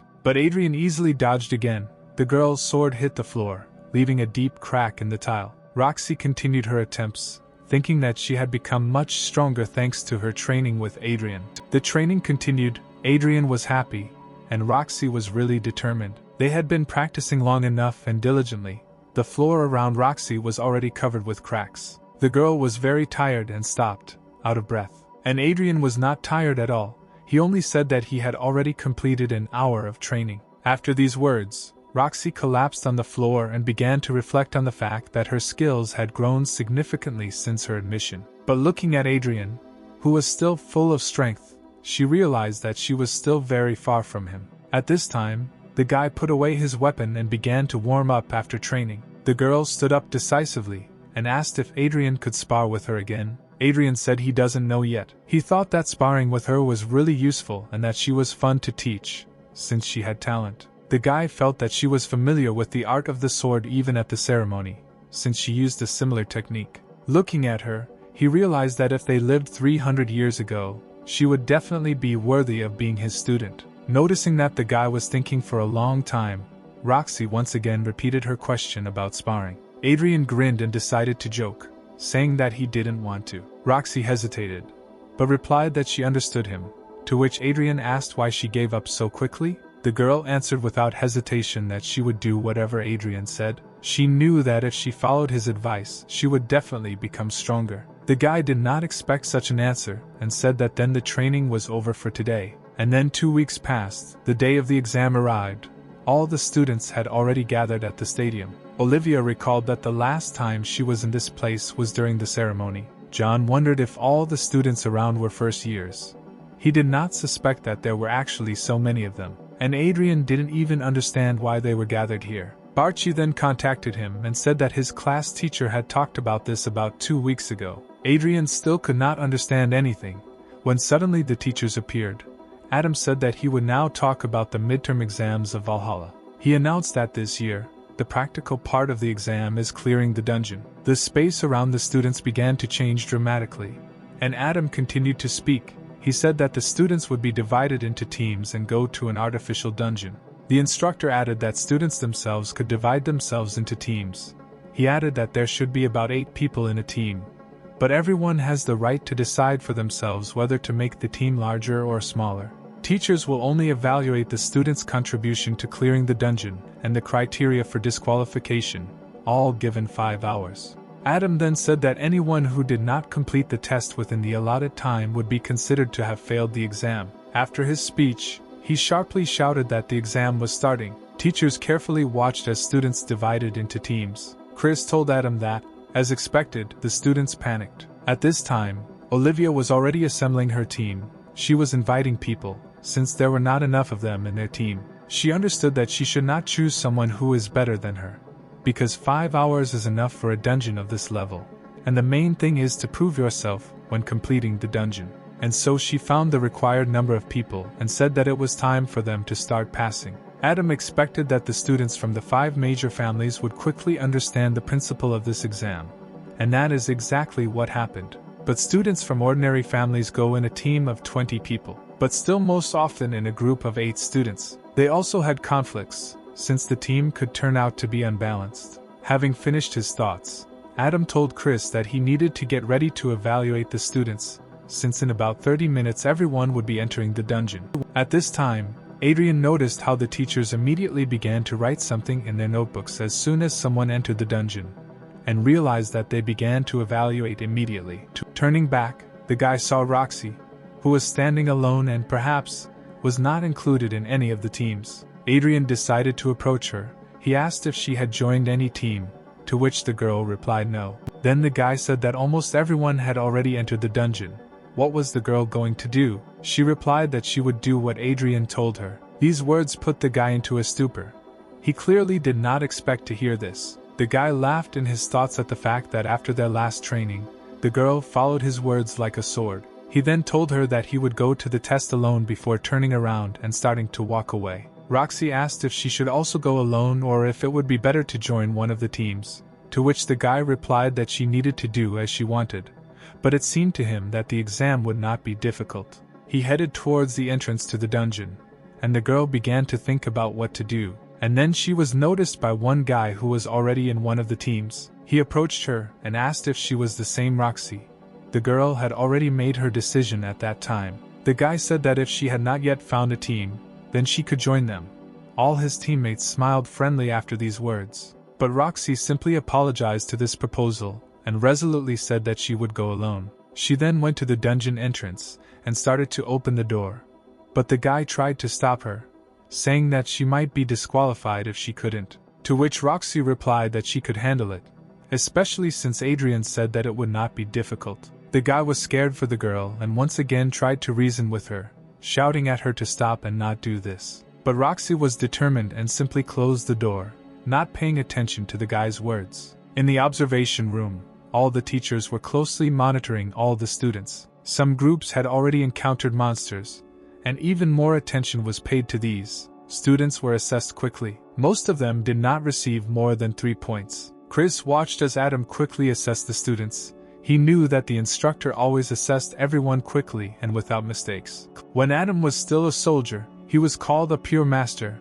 as he is a legendary contractor with a 99% dungeon clearance rate. Chris respected teacher Adam, because he understands the basics of clearing better than anyone, and with the help of this he evaluates students. Adam, at this time, watching the students, thought that this year was pretty good. He noticed that members of 5 families stood out in particular, but among them the most outstanding is Olivia. She was skillfully able to coordinate the actions of her team, assessing everyone's abilities with great accuracy and issuing commands. There was a moment when their team was attacked by a large orc, but thanks to Olivia's command that it was time for the students with the sword to act, they easily blocked the attack. Olivia also maintained team spirit well by encouraging everyone. She gave commands to the archers at the right moment. Thanks to this, they were able to stop the monster a little. Immediately at this moment, Olivia herself struck the orc, jumping out of the crowd. This plan helped this team pass the test and destroy the monsters with ease. Adam admired the way she gave commands and acted on her own with precision and dexterity. He understood that despite the fact that she spent more time giving commands, she herself participated in order to get points. Adam thought that if Olivia was already showing such results in her midterm exams, then it was just a matter of time before she reached the top. He remembered the qualifying tests, and thought that if Adrien had not won then, Olivia's reputation would not have been tarnished. At that moment, he wanted to watch the guy, so he went into the search and entered his name. But the program showed that this student had not been found. Adam knew that this could not happen, since the system was working. And at that moment a shocking thought came to him, the truth of which he did not want to believe. He decided to check the list of people who had already completed the exam. Adrien was already on this list. Instructor Adam was very shocked. He could not understand how the freshman passed this test alone in just 23 minutes. Although Adrien showed an incredible result at the qualifiers, Adam still couldn't believe that a 17-year-old guy was capable of such a thing. Then the instructor decided to watch the recording of the test. The video showed how a huge crowd of goblins and orcs simultaneously attacked the guy. Adrien was completely relaxed and simply began to stretch his shoulder. And then, after a couple of seconds, he suddenly began to run towards the crowd. The monsters also did not stop moving towards the guy. Instantly approaching the crowd, Adrien swung his sword straight at the crowd, his eyes flashing with madness. He struck, and with this blow struck several goblins at once. At that moment, one monster was crawling along the ceiling and approaching Adrien in the hope that he would not notice it. But for Adrien it was nonsense. With the very next blow he cut the goblin's head. After that, his face seemed to take on an incredibly calm look. Immediately after destroying all the monsters, two huge orcs appeared in front of the guy. They immediately simultaneously tried to hit the guy, swinging and hitting with large bats. But the blow hit the floor, which even cracked after the blows. At this time, Adrien, who was very easily able to dodge the blow, had already jumped at the monsters from behind, swinging his sword. Again, with one blow, he destroyed these two thugs. The guy killed all the monsters on his way. Without getting particularly tired, the teachers watching all this were simply in incredible shock. And then the last round came. A huge metal golem appeared in front of Adrien. Adam knew that this was a special golem, which was modeled specifically for the exams, and it was designed just for the strength of 8 people. The golem sharply tried to strike the guy with its huge hand, but the guy just grinned and was already preparing to strike with his blade. He channeled all his magic into the sword and delivered an incredibly powerful blow directly to the golem's body. The monster was immediately defeated and began to disappear. At this point, the exam for Adrien was over. Adam realized that first place rightfully went to this guy. After some time, other teams began to leave the dungeon, having completed the exam. Some students were depressed and tired, while others came out of the test with enthusiasm. Roxy had also long since finished going through her midterm exam dungeon. And so some time passed. Already in the teacher's room, Chris began to look at the lists of those who had passed. When he saw the results, he was shocked. The teacher spoke to Adam, saying that, as expected, Adrien came first. The instructor replied that it was indeed obvious. Everyone knew that this guy would be in first place, but no one expected that he would be able to pass the test so quickly and alone. Adam said that if Adrien grew up and came into the industry, Korea could get the Title 1 title again. Chris asked Adam if he understood that this title was the title of the strongest contract soldier in the world, to which the instructor responded positively. The instructor came out of his thoughts, and said that most likely such thoughts came to his mind due to the fact that they had not had geniuses for a long time. After discussing Adrien, Chris said it was also a big surprise that Roxy came in second. Adam didn't know what happened, but he was surprised that the girl went alone to take the exam, like Adrien. The girl also coped with the test quite quickly, although she received many injuries. The instructor said that he knew that Roxy was a very hard worker, but he didn't think that she would go into the dungeon alone. Adam then pointed out that if this exam was based on teamwork, then Olivia would definitely get the highest score. Despite the high results of Adrien and Roxy, when the lists are released, Adam would not advise others to follow their example, since ordinary students will not be able to repeat it. Chris completely agreed with Adam's opinion. The teacher recalled that when he worked in the Chojin Guild, he definitely didn't notice anything special in the girl, she just practiced a lot and diligently. After that, the thought occurred to him that Roxy decided to go to the dungeon alone because of Adrien, but he quickly rejected this assumption, since it seemed to him nonsense. And so the next day, in Valhalla, lists of those who passed this exam were posted, and a crowd of students immediately ran to the stand to find out what score they passed. Bob Ventri was also looking at the lists with Alice. When he saw that Adrien was in first place, he became very angry. He asked the girl if Larry was already in Korea. The girl answered yes. Then rage flashed in the guy's eyes. He ordered the girl to immediately call Larry and get ready to leave. And so they arrived at the meeting place with Larry. As soon as they entered the building, Bob was immediately stopped by Larry, who greeted him. The guy said that they had not seen each other for a long time. Bob and Larry sat down at the table, and Alice stood behind. Larry immediately attacked the food with a huge appetite. But at some point he stopped eating and, with his mouth full, asked Bob what kind of person was this Adrien who needed to be dealt with. Smirking, Bob replied that Adrien was just a thick-headed freshman from the orphanage. But he had seriously embarrassed Bob, so he needed to pay back. Larry listened attentively, continuing to stuff his mouth with meat. Then he sharply asked if he could kill this Adrien. Bob said he left it up to Larry himself. Larry said that things aren't as easy as they used to be and he needs to set the stage carefully. Next, he pointed his finger at the frightened Alice and said that last time, because of this girl he was dealing with then, he had to fight with the palace family. He then added that due to the rapidly spreading rumors, he had to kill a couple more people. Alice at that moment was listening to all this and was incredibly scared.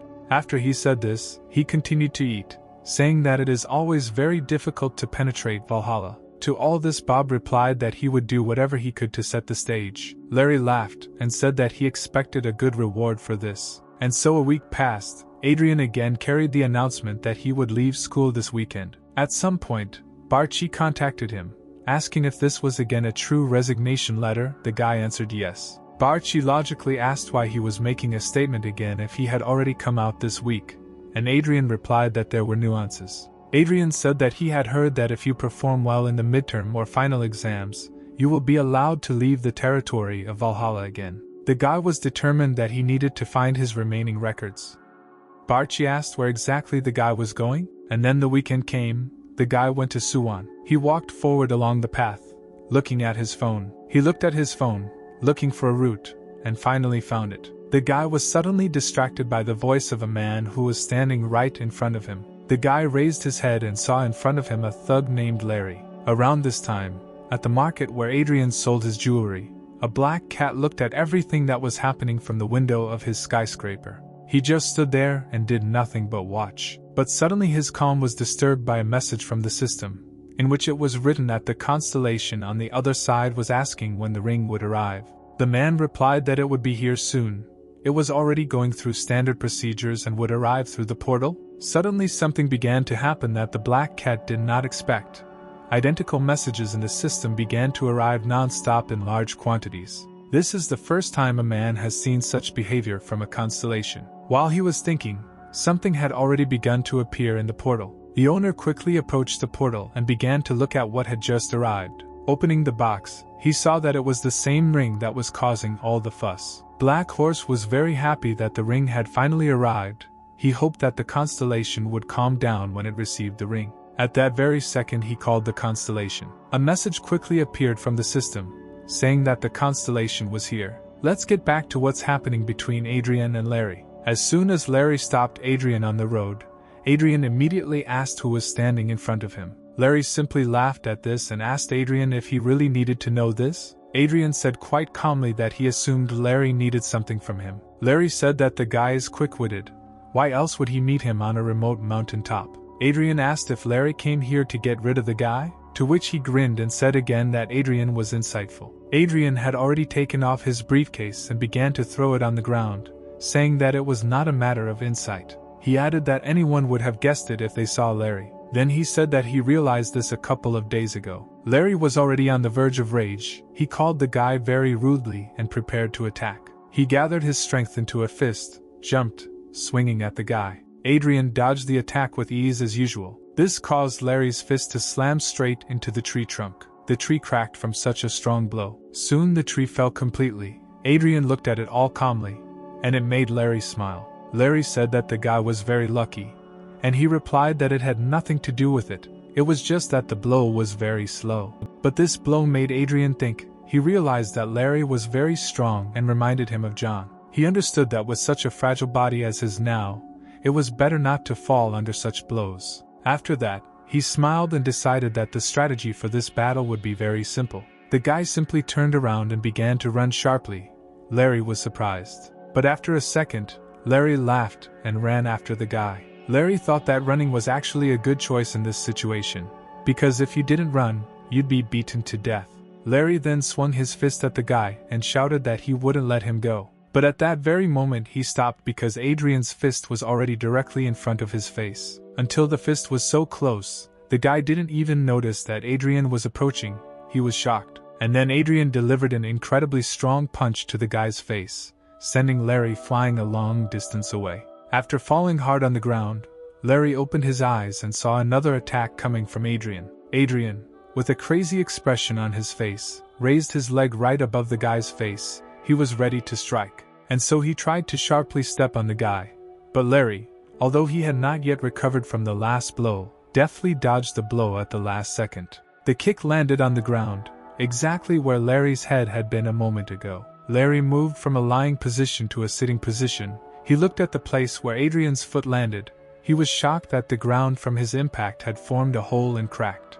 Adrien, mocking Larry, said that Larry was just lucky to dodge. Larry didn't like these words very much. He began to bare his teeth. Larry stood up, then he asked Adrien what he did. Adrien grinned and said that he was the best in Valhalla and it would be useful for Larry to know that. This angered Larry even more. He thought, what did the guy inject himself with to become so strong? Let's fast forward to Larry's childhood, which took place in the Ventri family home. Larry's parents used his talent to increase their status just a little. They forced him to drink a huge number of different elixirs, since his talent was an innate affinity for elixirs. Larry drank over and over again everything his relatives gave him.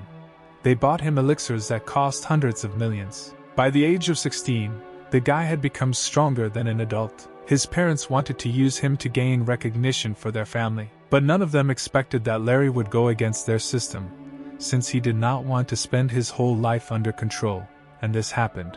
He dealt cruelly with his own mother. Larry then murdered his father just as brutally. Larry thought that his strength is unsurpassed.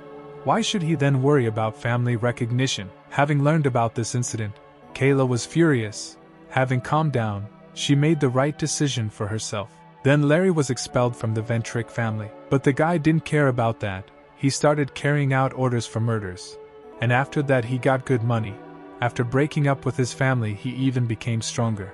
When Bob Ventri placed the order, offering a huge sum, Larry's interest in Adrien was not limited to just money. He was sincerely interested in Adrien. Adrien aroused such widespread interest because he took first place in the qualifiers in Valhalla, and also because he sent all the guild representatives to hell. Larry just wanted to entertain himself by playing with Adrien a little. But something went wrong in Larry's plan. He didn't understand, and in the end he was beaten. Larry couldn't figure out who this guy was. Wiping the blood from his face, Larry asked Adrien what he used to become so strong. He added that he doubted that there were such cheap elixirs that an orphan like Adrien could afford, to which Adrien simply said the word that. Adrien then laughed really hard at this, which freaked Larry out. Having calmed down his laughter a little and sweeping away the tears of laughter from his face, Adrien asked if Larry meant steroids. Adrien then said that Larry was just a crook who had pumped himself up with some crap. These words angered Larry. Larry asked if the guy wanted to say that he became so strong without the help of elixirs. Adrien then rolled up his sleeves and told Larry that he had become strong through hard training and exercise. Adrien also said that he could compare Larry with John, but he believes that it is not worth comparing a natural strongman and someone like Larry. These words angered Larry even more. He began to shake with anger. Larry then grabbed the hilt of his blade as Adrien watched with complete calm. Larry began to pour magic into the blade and himself. He was already standing in a pose indicating readiness for battle. Adrien was confused by the guy's aura. He wondered if it was really magical power. Larry felt himself getting stronger every second, and his eyes flashed with rage. Before he could say his speech, Larry raised his head, and there Adrien was already flying at him with another blow. Adrien's knee landed squarely on the side of Larry's jaw. This incredibly strong blow caused Larry to fly quite far back. Larry would have flown further, but his back crashed into a tree, at which time Adrien said that only very stupid people would wait while his opponent prepared to attack. Without wasting a second, Adrien was already swinging to deliver the next punch to the guy's face. Larry didn't have time to dodge, and this strong punch flew straight into his face, causing the tree he had hit earlier to break. Adrien grabbed the guy by the hair and lifted him up a little, not paying attention to Larry's requests, and stopped. Adrien squatted down next to Larry, still holding his hair. He said that the guy shouldn't pass out yet, called him an idiot who swallowed elixirs. Smiling, the guy added that he would forgive the offender if he just wanted to fight with him, but Larry said that he wanted to get rid of him. Threatening his fist, Adrien said that he wanted to ask something. Larry tried to say something, but was instantly interrupted by a blow to the face from Adrien, whose face took on a crazed look. Let's move to the Valhalla dorm, and more specifically to Bob Ventrick's room. Bob sat on his couch, thinking that Larry had probably already dealt with Adrien, a thought that made Bob very happy. Also, knowing Larry's character, he was sure that he would not only beat Adrien, but also kill him. But it would still be difficult to clean up after him. It's good that this did not happen at school. Then Bob, with a joyful smile on his face, called Alice and ordered him to order a car. And finally Bob's phone began to vibrate. It was Larry calling. Bob was in anticipation of good news. Bob picked up the phone and immediately asked if Larry had already dealt with Adrien. He heard nothing in response, began to worry and tried to call Larry to the phone. But what I heard next was that Larry was making terrible wheezing noises and couldn't say anything, which scared Bob. Then he heard a voice that suggested that Bob did not understand what was happening now. It turned out that this voice belonged to Adrien. Bob recognized it immediately when he heard it. Then Larry's wheezing could be heard again, to which Adrien said that he would now try to translate what the beaten man was saying. Adrien then mockingly said that Larry was asking to light 2 candles for him if he died. Next, Adrien told Bob to wait for him. Ventrick was incredibly scared after what Adrien said. He took it as a threat. In response, Adrien did not hear anything from Bob. He asked if Ventrick could hear him. But after these words he heard a dial tone on the phone.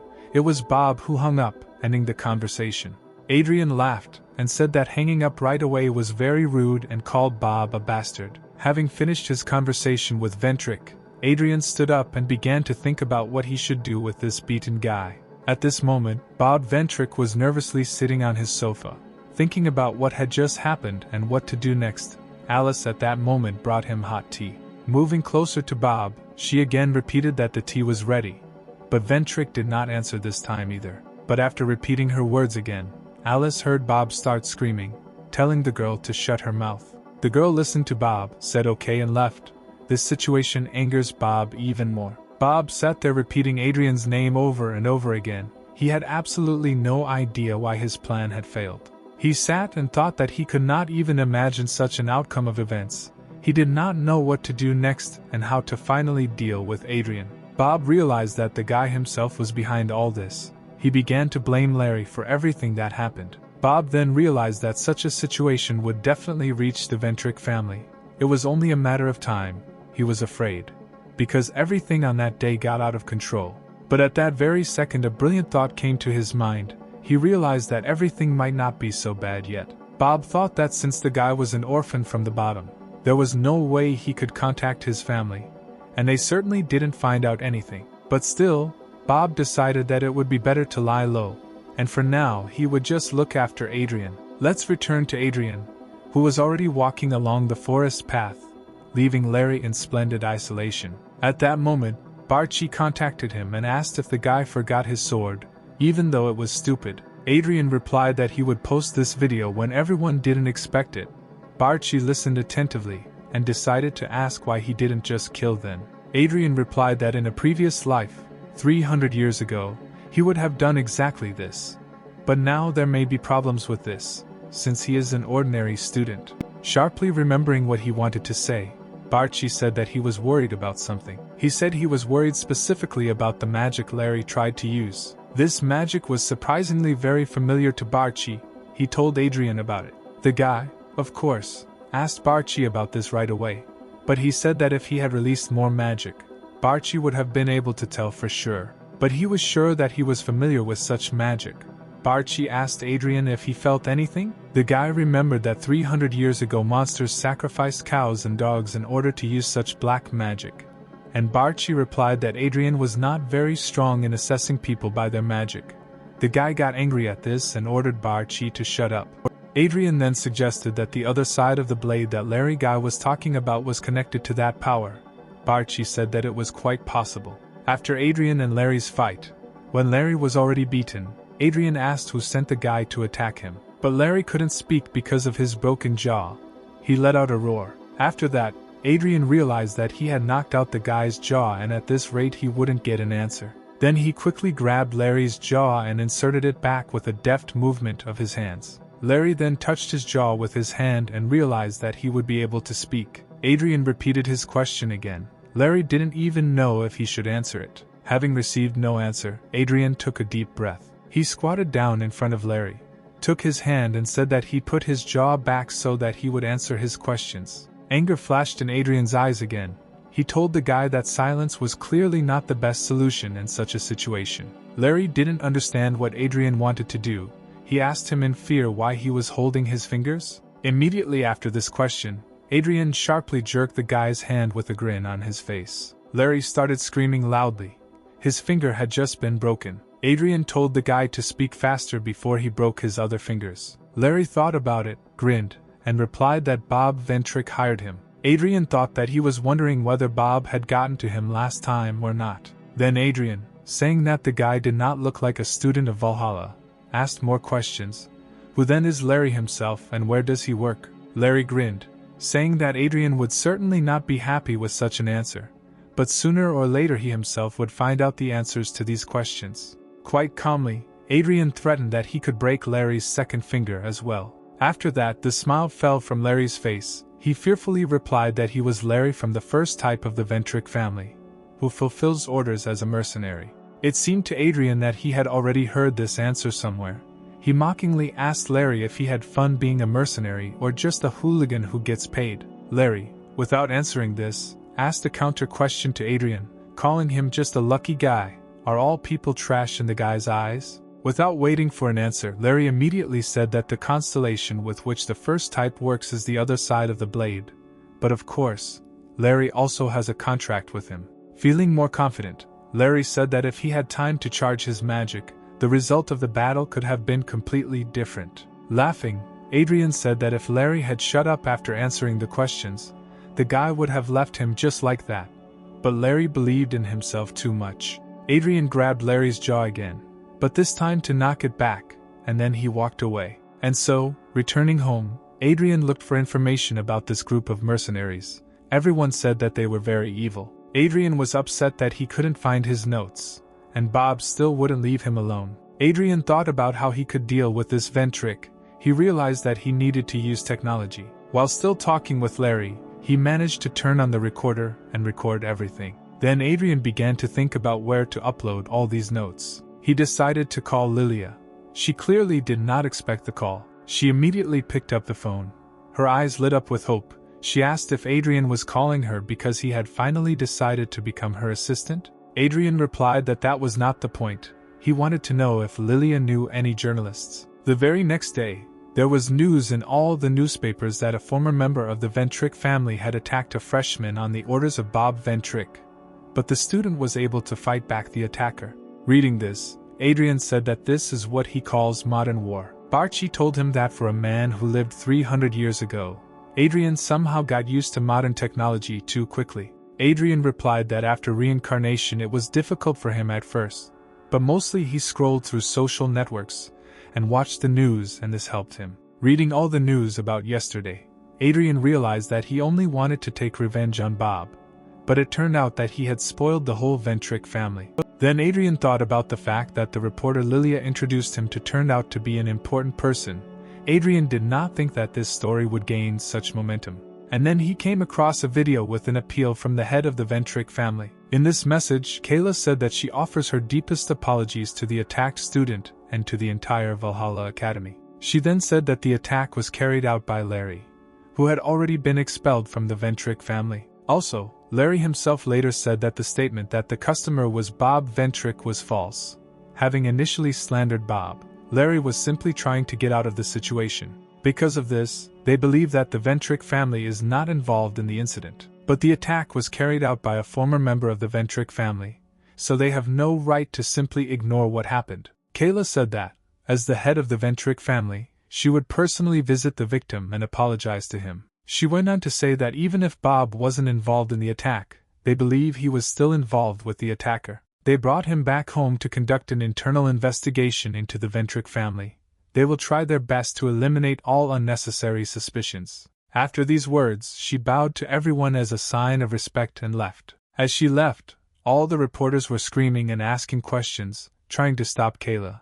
But she didn't even look at them. Bob himself watched this official appeal. He was incredibly scared by what he heard. He continued to stare at the phone, and suddenly his father called him. Bob picked up the phone and greeted him. Bob was told by his father that he should return to England for a while. It was an order from the family. Bob agreed, although this scared him even more. Bob was very angry about what was happening. He began to squeeze the phone.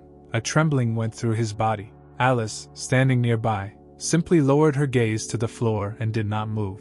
And then the next day came. Adrien watched the video of Larry being taken away by law enforcement and reporters asking questions. In this video, Larry said that the Ventri family is right and he is the only one is behind the attack. Adrien was surprised that Larry had swallowed his pride so quickly. The Ventri family really pissed Adrien off. While going to class, he thought that the meeting with the head of the Ventri family and her apology would be very awkward.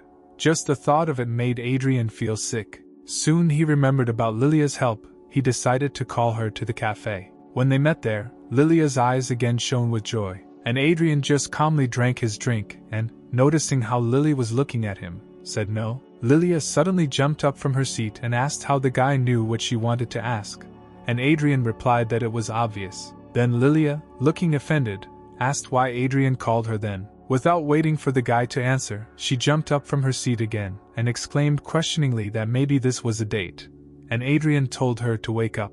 Lily asked, "When did they manage to switch to you?" Adrien replied that they had been communicating like this for a long time. He went on to say that he didn't call her because he was bored. He wanted to thank her for introducing him to the journalist. He said that he would give her some information about fighting monsters. Lilia couldn't believe her ears. She was incredibly happy. The guy then said that he would tell more if she helped him leave school this weekend. Lilia said that it would be a piece of cake. She added that if he became her assistant, he would be able to leave school every day. But the guy again refused. Let's move to the northern part of the Pacific Ocean, where a ship was already sailing on which prisoners were transported. Larry was one of them, sitting in a prison cell with his hands handcuffed behind his back. Larry was angry. He didn't think he'd be put on a ship and transported like cargo. He thought that he might be being taken to a prison tower located in the northern part of the Pacific Ocean. Once upon a time, an S-rank constellation independently created this refuge of deprivation. This is a prison that turns contract soldiers into ordinary people. But he quickly came to the conclusion that none of this mattered. He thought that he just needed to shut up and sit there so that Bob could remain in the Ventri family. And if he does this, his sentence will be reduced to 5 years. His thoughts were interrupted by a voice from behind, who called Larry an ugly face. Larry immediately turned his head in the direction of the sound, and at the same time his throat was cut with one movement of his hand. The guy screamed and started coughing up blood. The man who did this continued to stand nearby and look at Larry. Then he told Larry to die, calling him a fool, adding that the first species does not need such people. After these words, Larry immediately fell face down on the floor and died. The man looked at the guy's lifeless body for some time and left. Fast forward to the Ventri family estate. At this time, Kayla met Bob and his father with a dissatisfied face. Bob and his father entered Kayla's office and bowed in respect. Kayla said the guy's name menacingly. Bob was very scared and sweat started dripping from his face. Kayla asked Bob what he was going to do now, to which the guy simply said that he was sorry. To this, the girl said that ordinary apologies would not correct the situation. This made the guy even more tense. He was afraid to even breathe. Kayla then asked the guy to tell him what exactly made him do something so evil. Having not received a clear answer, she asked if he wanted to deal with Adrien. Bob answered positively. Kayla was angry that the guy didn't tell him anything himself, and she had to ask a bunch of leading questions herself. She stood up from her seat, saying that the guy thought that Adrien had hurt the pride of the Ventri family, but in fact it was only Bob's pride that had been hurt. Getting close enough to Bob, she said that it was he who mixed the name of the Ventri family with mud. She leaned over Bob and asked menacingly, what should they do now? Bob fell to his knees and said that he would do anything to restore the honor of their family. Kayla straightened up and said that the guy was talking bird. The only way to restore his reputation is to expel Bob from the family.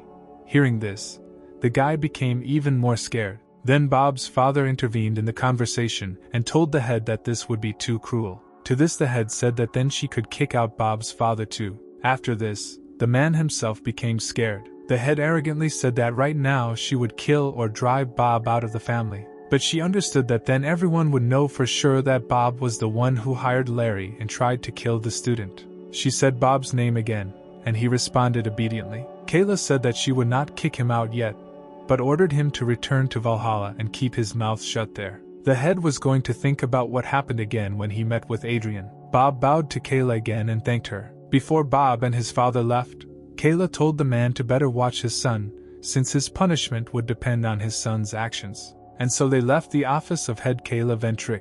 Bob and his father walked along the corridor. They were very angry at what was happening. The father decided to start the conversation by telling Bob to be quiet and below the grass and not do anything rash. To this Bob asked, didn't his father hear what the chief told them? Then, without waiting for an answer, Bob said that sooner or later, he would be kicked out anyway, when everything calmed down. But before that, he had to do something, because now nothing is stopping him. Then he said that his father would have to help him. The father in response to this silently looked at his son, not knowing what to answer. After a couple of seconds, the father still answered, saying that the main thing is that no one finds out. Bob agreed with this. And now several days have passed since the latest events. Adrien and teacher Chris were already sitting in the interrogation room. The teacher said that the head of the Ventri family would soon arrive to apologize to the guy. Adrien said that nothing connected them. She even publicly stated at the official announcement that the incident had nothing to do with the Ventri family. Chris replied that it was still her moral responsibility to apologize to her boyfriend. He went all the way to Korea for this. Adrien thought that the head would arrive here because she had no other choice, and so she wanted to take Bob's punishment upon herself. Thinking about it, Adrien realized that all this was terribly annoying him. His face expressed dissatisfaction. Chris said he and the other instructors were upset about it, too. Chris tried to reason everything in order. First they attacked the Valhalla student. Then the attacker admitted that he was hired by Bob Ventri. But then they denied everything they said. The teacher said he couldn't believe they were downplaying Adrien's recorded confession just to protect the family and hide the truth. He added that Bob or the head of the family should be punished anyway, but their family recently donated a large sum of money to the school. Chris simply couldn't believe that Valhalla's budget was made up of donations from large families. And if they gave enough money, the school would most likely turn a blind eye. Adrien was completely calm. He said that if this was the case, he should talk to the head of the Ventri family. Chris was very surprised that Adrien had such a calm reaction. And finally there was a knock on the door. Chris said in a whisper that the head was here, and he would now open the door to let her in. He stood up, wished the guy a pleasant conversation, and went to the door. The teacher opened the door slightly. Kayla's arrogant grin was already visible through the crack. When the door opened fully, Chris met the lady and bowed to her as a sign of respect. He decided not to detain anyone and left the room, telling them not to rush. The girl thanked him for his hospitality. And so Chris left, closing the door behind him, and the head of the family was already heading towards Adrien and stood opposite him. She greeted the guy, saying that she was pleased to meet you. She said that she was the head of their family. Adrien replied that he was also very pleased to meet you. After these words, Kayla sat majestically on the sofa opposite Adrien. Adrien relaxed a little after that, and so she began her speech, talking about what happened because of Larry. She bowed her head deeply and apologized profusely to the guy. Adrien said that since Larry had already been kicked out, everything was fine. Kayla continued by saying that she heard that the Ventri family made Adrien uncomfortable even at school. The guy replied that it was only that one time, so now it doesn't matter. Adrien said that he had nothing to say, since the official statement from the head said that the incident had nothing to do with their family. Kayla listened to this in silence. Kayla said that in this situation neither the forces nor ordinary citizens trust them. Adrien, scratching behind his ear, said that this was exactly so, but he himself knew that it was all really a lie. After that, Kayla grinned and told the guy that she wanted to resolve the misunderstanding between them. She asked if Adrien would help her. The guy, without hesitation, replied that he would not do this. But Kayla said that she knew that Adrien would answer that way. She said that if the guy helps them now, then she will give him full support until graduation. She then added that she could recommend the guy to the guild that the Ventri family sponsored, so they could continue to support him after he graduated. She would also help Adrien become a hunter in Korea, so that he would not have any difficulties. Adrien grinned while listening to this. Adrien, waiting for the end of Kayla's speech, mockingly said that no one expected that she would try so hard to drag him down. He assumed that the head was in despair. Kayla, hearing this, was no longer so friendly. Her face changed dramatically. The guy went on to say that it really pisses him off that Kayla and the entire Ventri family pretend like nothing happened. Then why would the guy play along with them? Adrien then added that he did not want a reward. His only desire was to see the Ventri family live with the shame Bob caused. These words made Kayla incredibly angry. Her face took on a furious look. She called the guy trash. The magic of the head of the family began to come out so strongly that her hair even rose up. She asked if the guy even knew who he was talking to now. Adrien grinned and said that apparently the girl had finally decided to show her true colors, and it must have been difficult for her to restrain him. Kayla was not going to calm down. She continued to say menacingly that she came to this garbage dump called school so that it would be easier to convince Adrien. And he dares to behave so arrogantly. Fury flashed in her eyes. She said that she just needed to kill Adrien here and now. She said that she wanted to be generous and give the guy a good chance. But he simply refused it. Adrien listened to all this with a pleased look. In response to the death threat, the guy mockingly told Kayla to give it a try. The head of the Ventri family did not expect such calmness from Adrien. She asked the guy what he was saying. Adrien raised his head proudly and asked, "Didn't the girls say that the Ventri family had nothing to do with the attack? But why then?" In order to strengthen this lie, she decided to spend a huge amount of money on him, and now she even wants to kill him? Adrien then said that he believed that this was all that Kayla was capable of. The girl, listening to this, became angrier with every word he said. There was no answer from the girl. Adrien, continuing to be in a completely relaxed state, said that if she attacked him, she still would not be able to kill him. The family head's magic still continued to seep through, and his hair was raised up during the entire conversation. But suddenly the girl returned to a completely calm appearance, calmed down her magic, and her hair dropped to its previous state. Kayla quickly walked to the exit, opened the door, and before leaving told the guy that he would regret this. Adrien grinned again and said that she still couldn't do anything and was just talking whatever she wanted. At that moment, Barchi contacted the guy. He said that he didn't want to interfere, but decided to ask whether the guy really needed to do this. Adrien replied that the creatures that believe that everyone in front of them should fall at their feet infuriate him the most. His eyes flashed with anger again, and he said he knew what Kayla was going to do, calling her trash who was trying to chain everyone up. Then Adrien said that this is why he also hates Barchi. The constellation was taken aback by such an answer. Immediately after that, Adrien stood up and walked towards the exit. He thought that since there were no more classes today, he could go to the training room a little early. And now he was already approaching the hall where they were supposed to have training with Roxy. Raising his head and looking up from his phone, Adrien saw that Roxy was talking to some guy. He decided to take a better look at that same guy, thinking that perhaps it was someone he knew, but he still couldn't figure out who it was. As Adrien got closer, he heard the guy telling Roxy that she couldn't win the competition. He said that no matter how much Roxy trained, it would still not help her against him. The guy then extended his hand towards Roxy, saying that if she wanted to stay in the family, then she just had to take it easy. He waited for an answer from the girl and added that he did not want to humiliate her.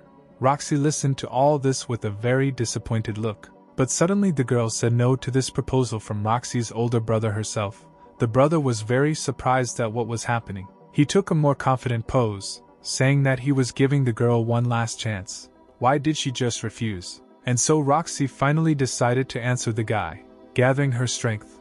But as soon as she started speaking, she was interrupted by a voice that said that it was the guy himself who didn't understand something, since he was an idiot. The brother could not believe what was being contradicted to him. He exclaimed, "Who is calling him an idiot?" And suddenly Adrien appeared from behind Roxy. Pointing his finger at the offender, he said that he was the idiot, because he did not leave a person alone who worked very hard. The girl's brother changed his face. He asked why Adrien was calling him names if he didn't even know who he was talking to now. Adrien noticed that today he sees too many people bragging about their position, and Adrien absolutely does not care who is standing in front of him. The guy confidently said that the guy should no longer dare to get to the bottom of students within the school, and if he finished his speech, then let him fail. Then he asked Roxy if she agreed with him. Roxy immediately began bobbing her head up and down in agreement. Then Roxy's brother could not object anymore. He threateningly told Roxy that they would meet at the test. Immediately after that, the guy left, and the two looked after him. Roxy immediately thanked Adrien, to which he told her that it was nothing and suggested that she quickly start training. But Roxy wanted to continue the conversation and said that when she agreed in the conversation, she actually would have said something else. Then Adrien asked what she answered then. She said that she wouldn't tell him to get lost, she would just tell him who his mother is. But she didn't have time to finish. Adrien stopped her. Walking toward the gym for training, they discussed that they would work well today, since both would not be able to meet at the next training session. Fast forward to what's happening in Xinjiang near the hills a week later. Adrien was already walking along the path among the trees with a shovel on his back, looking for the place where her notes were buried. On the way, Barchi contacted him, who asked the guy if he was going to look for his notes. Adrien answered yes. Barchi asked why he needed this if he had already found enough relics and stones in his old records last time. The guy replied that he wanted to find out how many of them were left. Adrien said that he thought that if he kept looking, he would find something incredible there. Barchi asked what exactly the guy meant. The guy replied that if he finds something like that, he will be able to overcome the shortcomings that he had 300 years ago. Further, turning to Barchi, the guy said that if he had found him earlier than 300 years ago, maybe he would not have killed him. At this time, reporters had already gathered near the Chojin family estate. They were heatedly discussing today's qualifying day for this family. Rocky and her brother Drake were already standing in front of their father. They were waiting for the competition to begin, and so the father finally announced the start of the test, saying that he would now tell the rules. Looking at Drake, he said that, as he had already said, whoever passes the test will be considered the heir. He then looked at Roxy and said that whoever failed the test would be kicked out of their family. He then asked if Roxy and Drake were ready to start. The guy and girl said at the same time that they were ready. Then the father said that the goal of the test would be to find a double blade hidden in the mountains. The person who finds it and brings it to his father will be considered the winner. Then the father clarified that it doesn't matter how they get this blade. The main thing is not to kill each other. And then the father abruptly announces the beginning of the test. Roxy confidently begins to run in search. Drake just grinned, looking at the girl, and said that this was not a time test. His plan was to take the blade from the girl when she found it and take it to her father. He remembered the moment when he left Roxy and Adrien. As he walked away from them, his phone rang. Drake picked up the phone and said he was listening. The voice on the other side of the call asked what was going on with the double blade. The guy said he would have to take the selection test, so it would take a little longer. The voice said that this is the second time the guy has told him about this. Then the voice said that the guy was already behind schedule. Drake got nervous. He quickly began to apologize to his opponent, but he dared to ask whether the man would keep his promise if he could get the blade. The man replied that this was a promise made in the face of the constellation, so he was obliged to keep it. Drake said goodbye to the man and began to focus even more on the goal. He thought that this was his last chance, so it was time to go. Roxy was already looking for this blade at this time. The girl emitted mana around her. She felt a trace of the magic of the double blade.